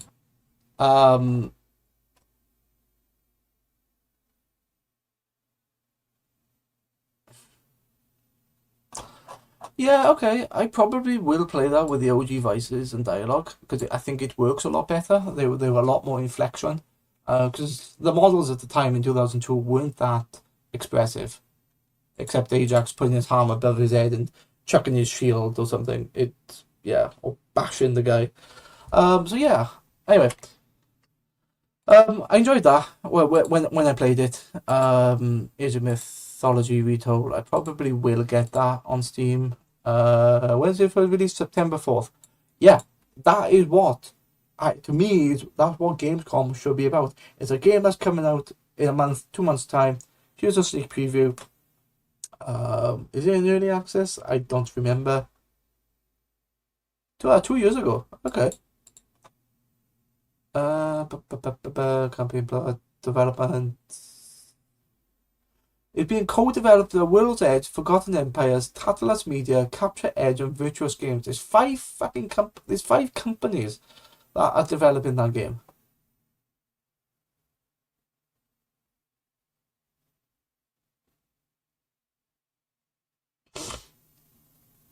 No, pardon me. The game aims to combine elements of the original with modern design and visuals, providing an experience for both old and new players. The developers are enhancing the definitive editions of previous Age of Empires games to build the game that players have envisaged. This includes adding ray tracing, increasing the population limit, and incorporating an engine to handle special effects. So, does that mean that... Oh, okay. So if this game has new features such as ray tracing, they'll basically backport that into Age of Empires. That's interesting. Buyers of the Premium Edition were allowed from the 12th of July to the 14th of July to play the beta version of the game that includes the Greek, Egyptian, Norse civilization skill. First 5 scenarios from the Fall of the Trident campaign. The edition also offers full advanced access 7 days prior to its September release. Yeah, that kind of does annoy me. Wait, so you buy the Premium Edition, you get access for a weekend in July to play the game. And then 7 days before you get...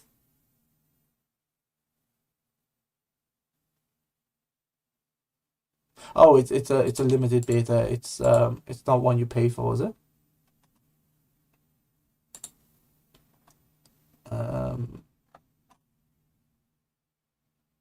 A closed beta.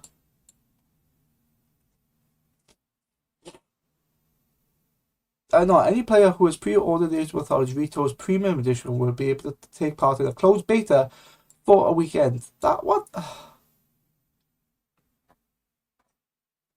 Yeah.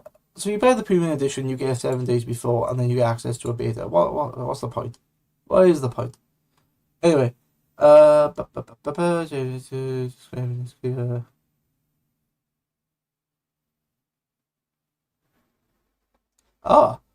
game received a nomination as Best Microsoft Xbox Game at the Gamescom Awards in 2024. You know what? I didn't even see that. What were the Gamescom Awards?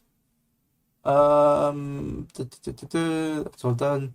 Best visuals, Little Nightmares. I don't know that game. Best visuals, Star Wars Outlaws. Empire of the Ants. You know what? That actually looks fun. Comics, Doom Awakening. Oh my god. Okay. Empire of the Ants. Isn't that...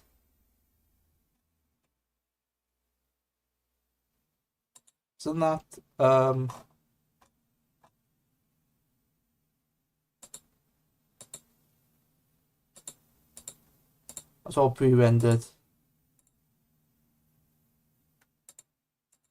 No, that's not the game I thought it was. It looks very stunning. It looks very nice. Yeah, that's not the game I thought it was. I thought it was like a Dungeon Keeper clone. Best audio, Little Nightmares. Apparently, that's a very nice game. Best gameplay, Frostpunk 2. Frostpunk 1 was a pain in the ass to play. I couldn't get past the second level. Most entertaining, Monster Hunter Wilds. That's what he was waiting for. Monster Hunter Wilds, not Final Fantasy 14. Yeah. Why was Palworld there? Palworld has been out for ages. Most wholesome, Tavern Talk. Yeah, Tavern Talk looks really fun, to be fair. Games for Impact. Not familiar with that. Age of Mythology, best Xbox game. Yeah, maybe. Best PlayStation. PlayStation? I saw you were there. Okay, I don't remember. Oh yeah, fuck it. Of course, Genshin Impact being the best mobile game. Although, that's not fair. Zenless Zone Zero. Both games from the higher verse. If any of them, it's like having two goes. Why is that in there? I don't know. Anyway, yeah, so when I played that game, I really did enjoyed it. I probably will get it if the price is right, but I'm not going to pay £40 a player, where I have a fully working edition on Steam. I did ask the developers that are any of the are any of the staff that's with them ex Ensemble Studio employees, and I think they did originally, but they no longer work for them at the end of the project. That's the way I understood it. So I think it's World's Edge or Forgotten Empires. They were based in this. The studio works with external studios such as Forgotten Empires, Tantalus Media, and Relic Entertainment. Jesus. Yeah, I thought it was. They did Warhammer.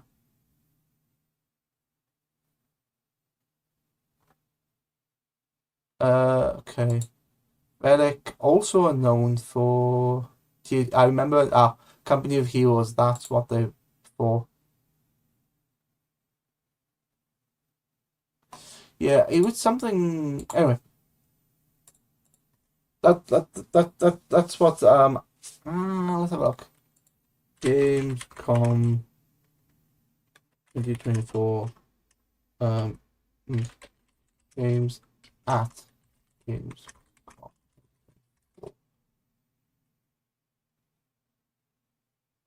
Okay, so Age of Mythology Retold. That is a new game. That absolutely makes sense. Except all yeah, don't give shit. Our History Untold, hands-on. That's it. Yeah. So I like the fact that it's hands-on, and I think I played for like 20 minutes. It was really fun, and the photo opportunity was really fun as well. I ended up going into this like Greek pillars, and then I got my stick with me, and I kind of looked like Thor raising the hammer. Yeah, that was quite fun. Our History Untold, that looks like a Civilization clone. I'm not gonna lie. Wait, it looks like a Civ clone. The fact that you had Civilization 7 and this at the same time at Gamescom, it really.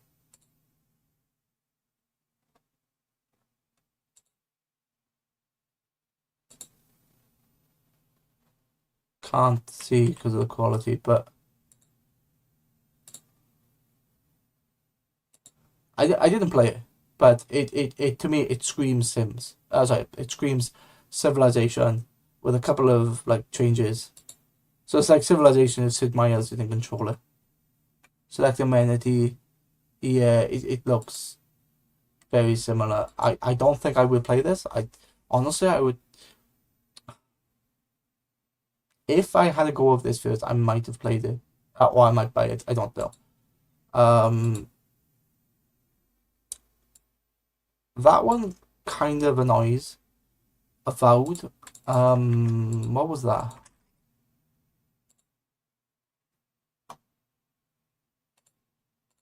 So that wasn't a playable demo. It's a first-person fantasy RPG from Obsidian Entertainment. Didn't Obsidian make Starfield? No, Fallout New Vegas and the Outer Worlds. Right, yeah, I don't think they've had anything. Yeah, they haven't got anything new then. Okay.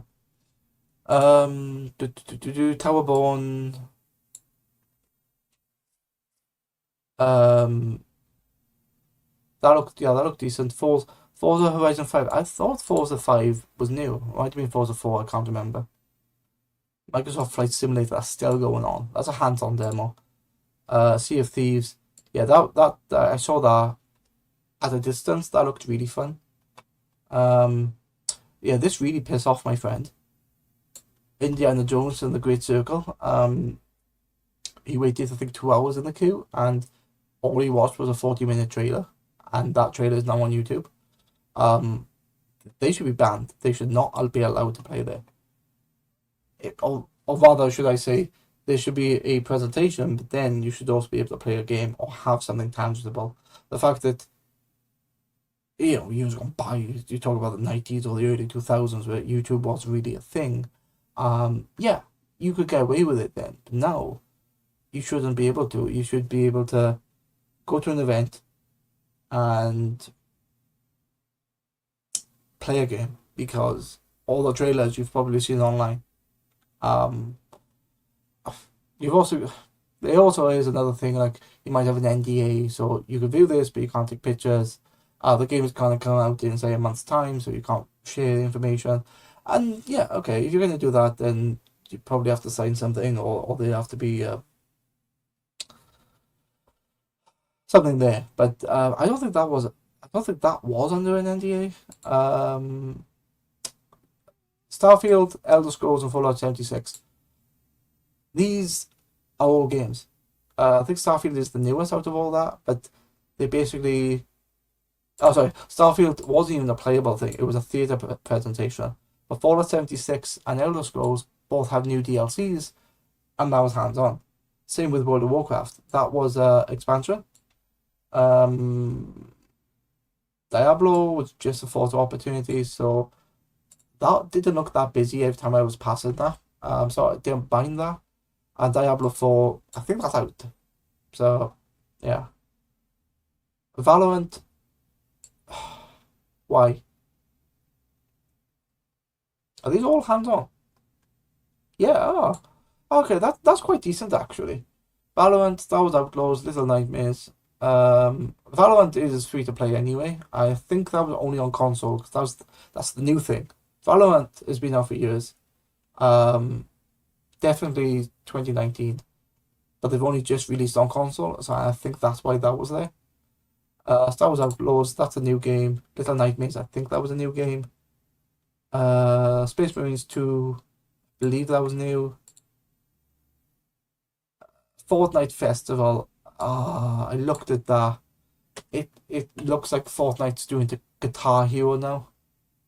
Planet Coaster 2, that's been out for a bit of time, but yet, this kind of what annoys me. You go to a show, you pay all that money. Okay, if you're from Germany, it doesn't cost you a lot, but if you're traveling from the UK, you pay all this money to then either play a game that's been out for years and you just haven't bought it, or two, play a free-to-play game with a new DLC, or three,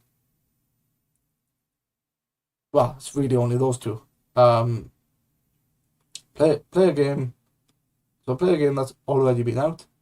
You just haven't bought it. Two, play a free game that you have no interest in playing, but there's a free DLC. Or three, watch a video of a game that you could easily watch on YouTube. That really rubbed me up the wrong way when I was there.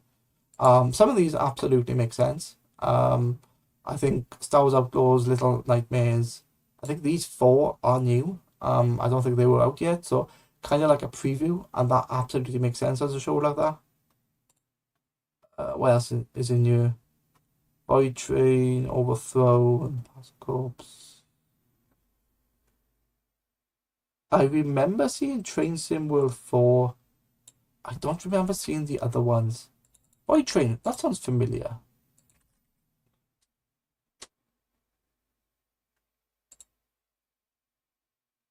Oh, this is Void Train.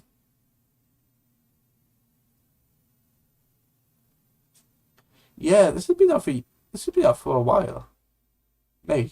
It's been out last year. Oh, there's a demo of it. Okay.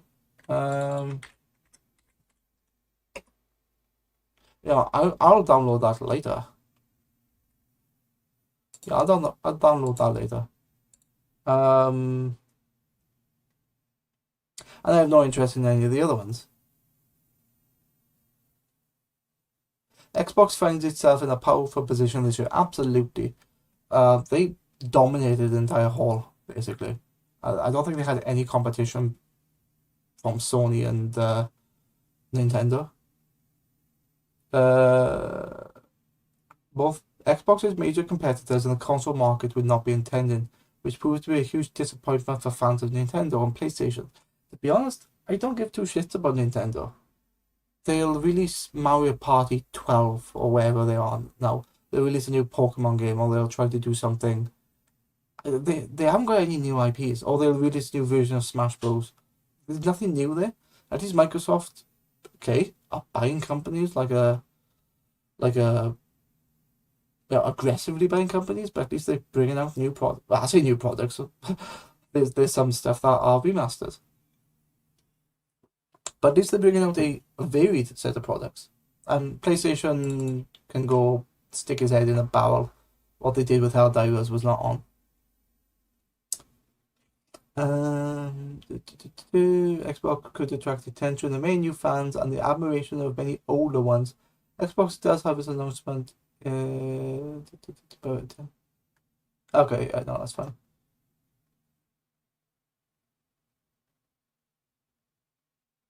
A lot of the show, I think, was streamed as well.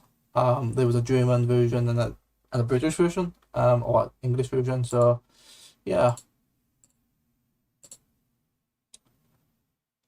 I'm sure Void Train. In fact, there's a demo of Void Train. I kind of like that. Wait, isn't this co-op? It is co-op, and it's platform multiplayer. Okay, I can download that later.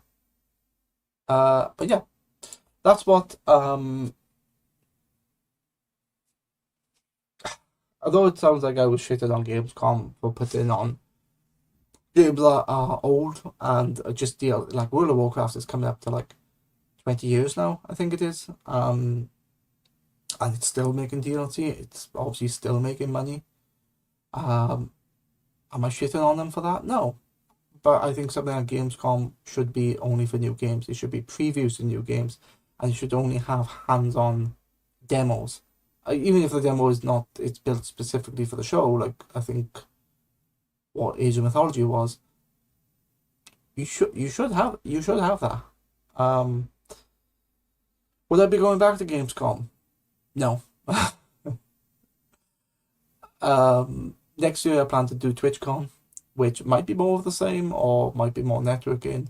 But I plan to do TwitchCon, which is going to be slightly different. I'm still going to try to take photos. After that, would I go back to Gamescom? No. Not what they did this year. Unless it's a game that I really want to play, or there's a couple of games I really want to play. But even then, the game is going to come out in like a month's time or 2 months' time. So instead of paying all that money to get there, I could just wait and pay £40 or £60 and then get the game. And I won't say forever because nothing lasts forever now. But yeah,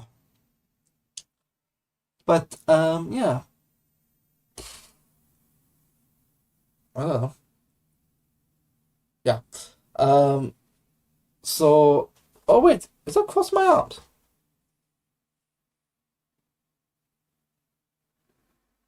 Yeah. Oh wow. Okay, that's different. Hmm. Cool. What was I saying? Yeah. So I do know that there is a Gamescom LAN. Because I was saying to my friend that it reminds me very much of Insomnia, gaming festival, which it was a fantastic event, and they had the LAN. If I did Gamescom LAN, I was saying to my friend that all Gamescom is missing is the LAN side, and it turns out it's a separate event. Gamescom.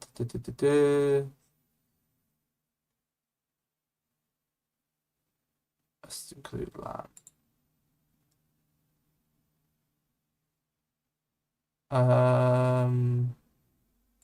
Is it that?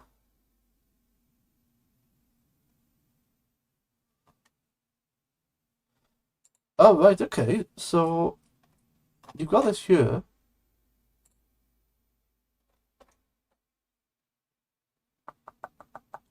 Where is it? Oh, there it is. I was like, where is it? It's right up the top. So this is what I want to do.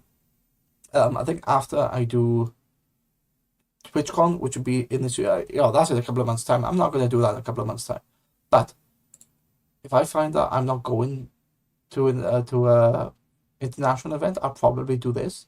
It's for 2 days, or 3 days, and it's in exactly the same place. Is it only one hall? No. So that's the entrance. How big is this? 18 years. Food and drinks may be brought along. Hot food, snacks, and drinks can be purchased on site. Park. Yeah, so that starts on Friday, ends on Sunday. So that's quite nice for the Euro. So I could probably go there Thursday or maybe the day before, then come back the day after. So that's quite nice. Regular tickets and group reservations can be activated in consignment, ticket scope. All land tickets include a table, chair, electricity, and internet. They grant access to all entertainment area of the land. If it's like Insomnia, then it was a great value for money. Because the Insomnia event was £90, I think it was, where you pay £30 more, so you basically pay for an extra day, but you get the land side, and there was a shop open just around the corner, literally all the time. I think there was like 4 days, and the shop was open for all those days, and you had on site. You could get stuff delivered to your table, like an internal Uber Eats sort of thing. I think they close between the hours of 3 and 6, but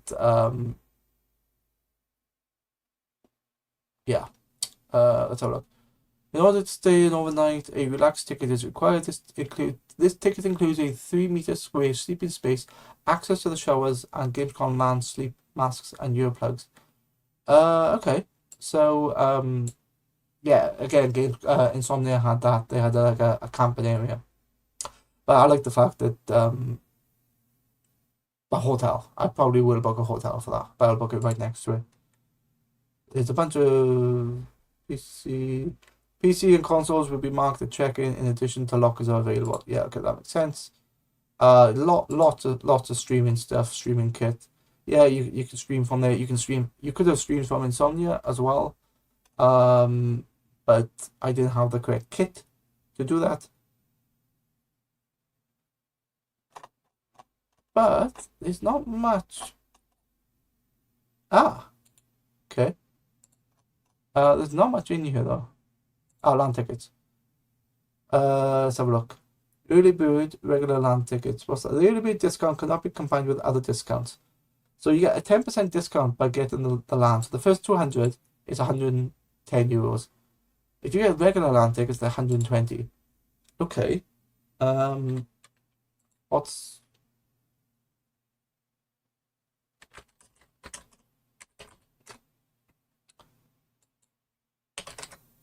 yeah, fuck. That is even cheaper than Insomnia. It's about just over £100 to do the land. Obviously, you got to pay to get there and everything else, but that is. Oh, Orange Cola. Yeah, that was quite nice when I had that. There was a that Stormgate I went to. We did a bit there, and when we left, they said, "Oh, do you want a drink?" I said, "Oh, sorry, what do you mean?" And it's like, "Oh, it's not alcoholic. It's an orange Coke." It's like, okay, yeah, it's a knowledgeable. It's an orange Coke.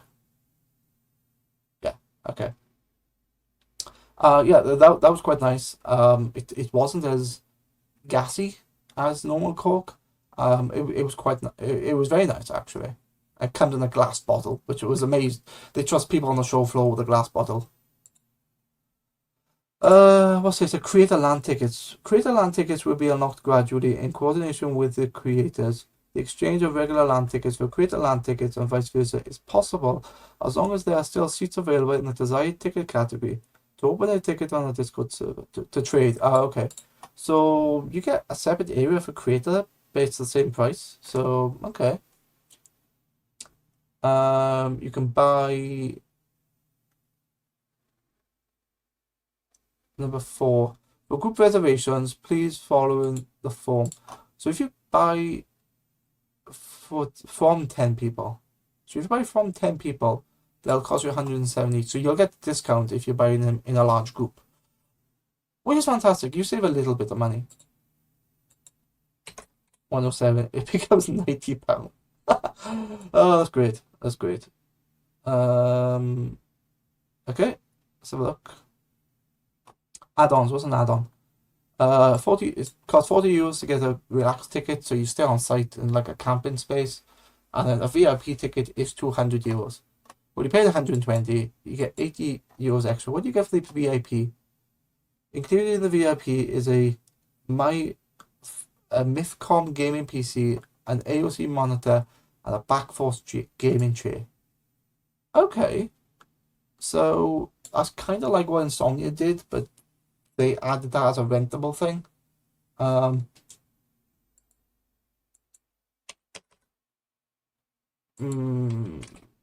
I don't know, 120.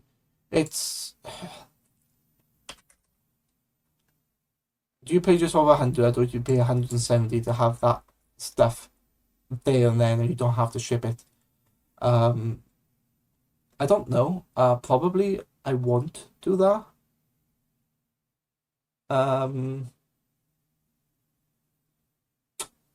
Because I took my laptop when I did Insomnia, and I enjoyed it because it was my own kit. I quite liked it. That's a image. I can't translate that. Okay, that's fine. Yeah, I'm looking forward to that.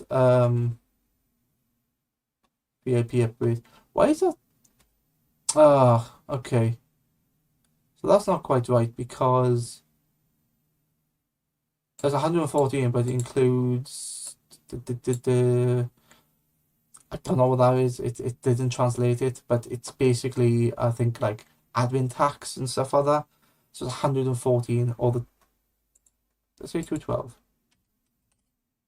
Yeah, that's more like it. Wait, what? €114 for. It's still cheap. It's still cheaper. Okay, that's fine. What's this info? Why is a LAN party? What do you do in a LAN? What makes Gamescom unique? The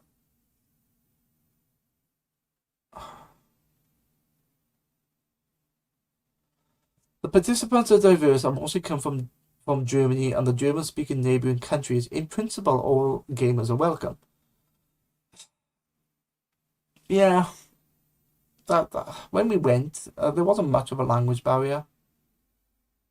Can I relax on site?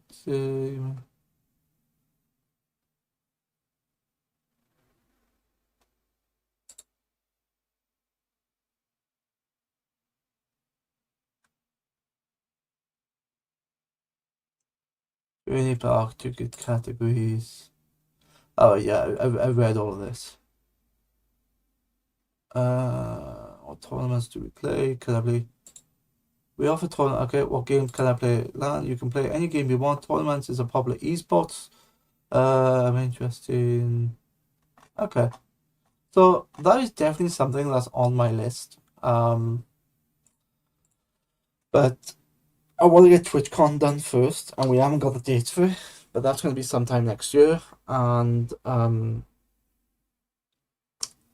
think yeah, so I think 2025 sometime in June, I want to say, or July, TwitchCon. Do I want to do Gamescom LAN bloody 6, 7, 8 months later? I don't know. I can't. I won't be able to do it. yeah, I won't be able to do it the following year because my leave goes from April to April. Yeah, I can't do it. Looking at that, because it's 8 months later, but it's within the same annual leave time. I'll be end up taking 2 weeks of both, almost. So yeah. Anyway, that's fine. That's fine. Probably the year after then. I'll definitely do TwitchCon because I think that comes. No, that's every year. So I do TwitchCon first, and then miss a year for international events, and then do the LAN the year after. I think that's probably the best way to do it. But yeah,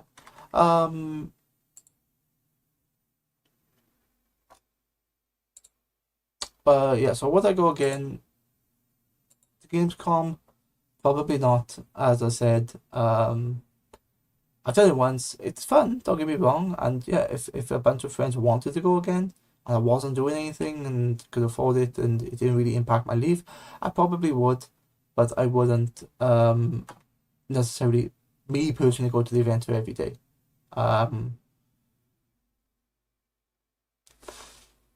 We did go on the train, and that was very nice, and I talked about that earlier, but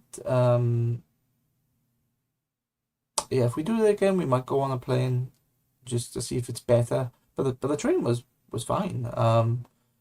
Yeah, it was very nice, very nice indeed. Pardon me. So yeah,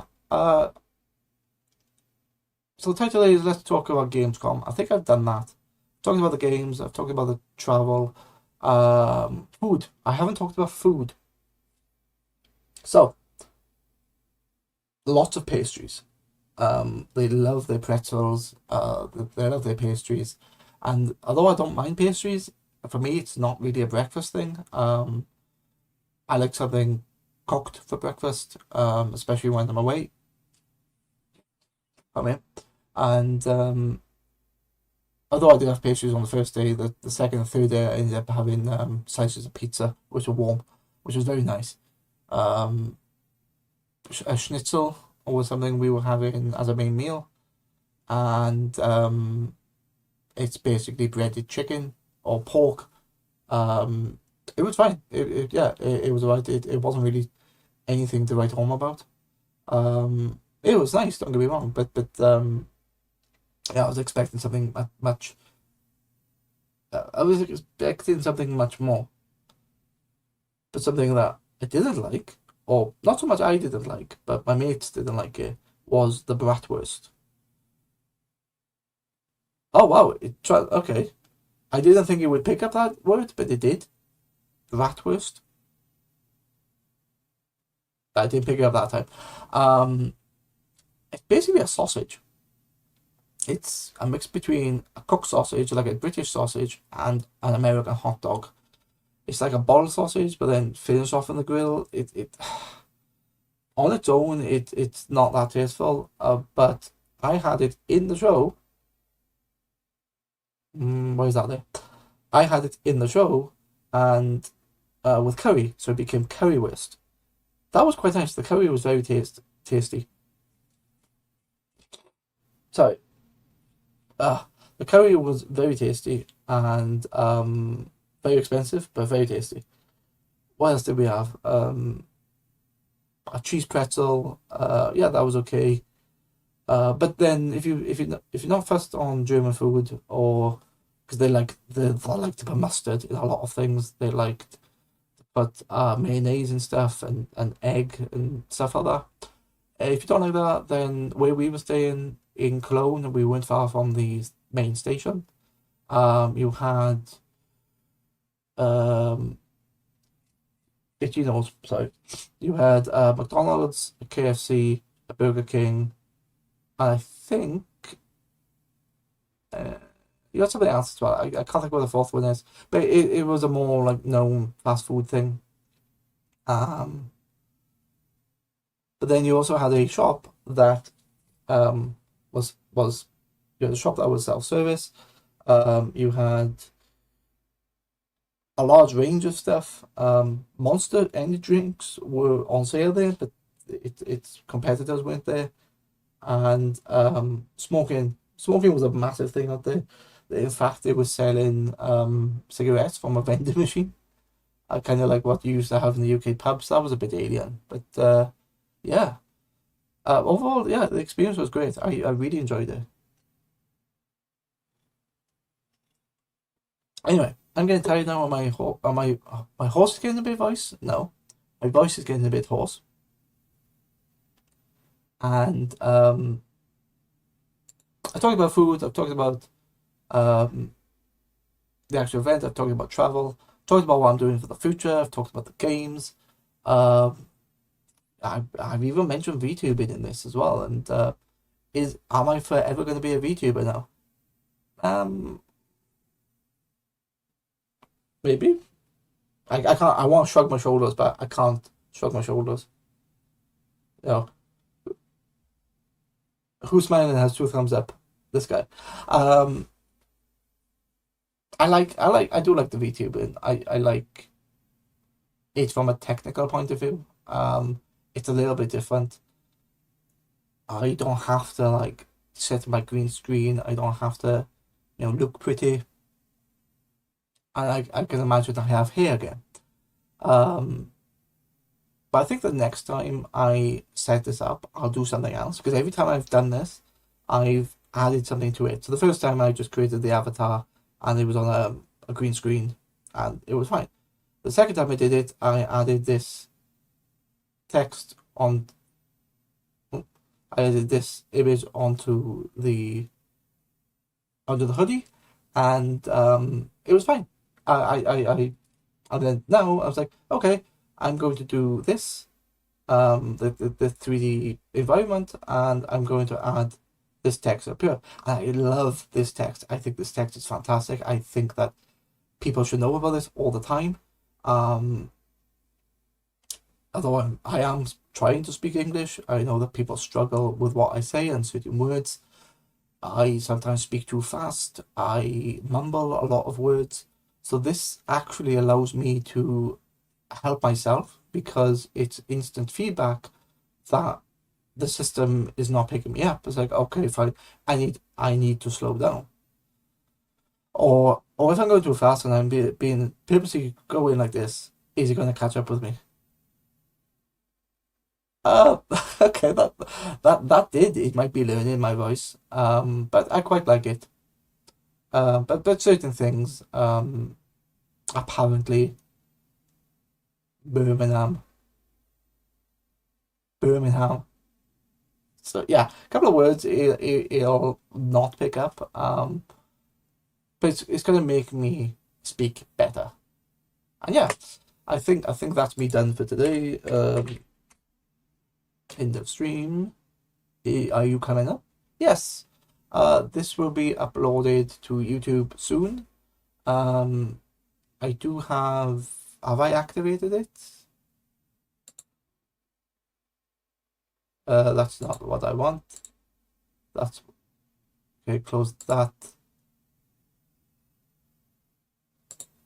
Leave that. Leave that.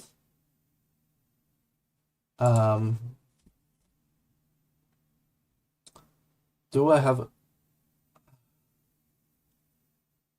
a command set up? There's one command I wanted. Yes. So I have been messing around with a lot of things, and yeah, that last command, basically check my other videos in a playlist. Why am I linking that to my playlist?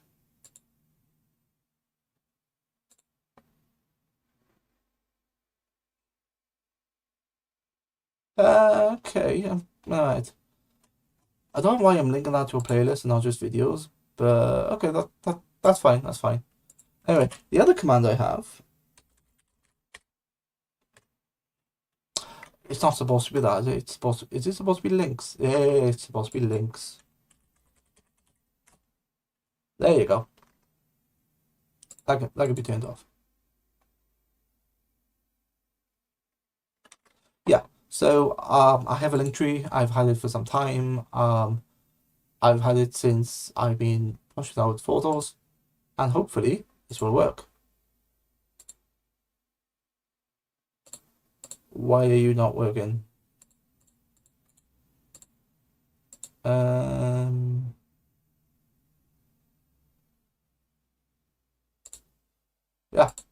so that is my link tree. And something you may notice that is new here is Discord. Yes, I have finally set up a Discord.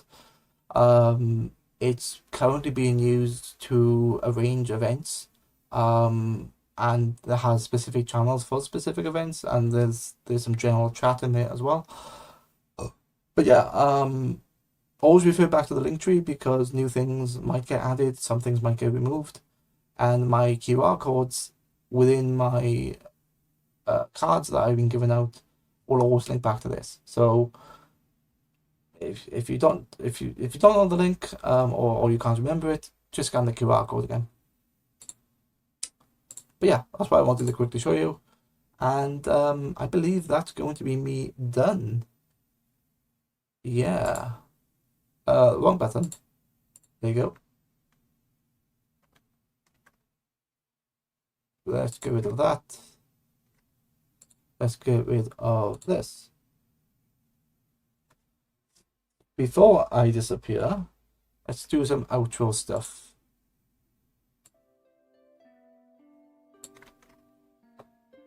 I should have done the outro to this. It's actually very nice.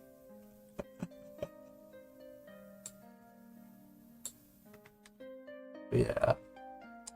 But yeah, I've done industry. Oh yes, so the music that's been playing right at the beginning, and I'm going to do for the outro, is music created by Pirate Software, and Pirate Software says that this music is readily available for people to use on their streams, and so I'm starting to use it now. I'm only going to use it as an intro and an outro music for the time being. And it was very nice. YouTube might pick this up anyway, but they won't be an issue with it. What I haven't got, I need another screen, and I haven't built the screen, is a goodbye or finishing stream or whatever you call it now. I don't know. But that's fine. Yeah. This hand. Yes. So all I'm gonna say is goodbye, good night, take care.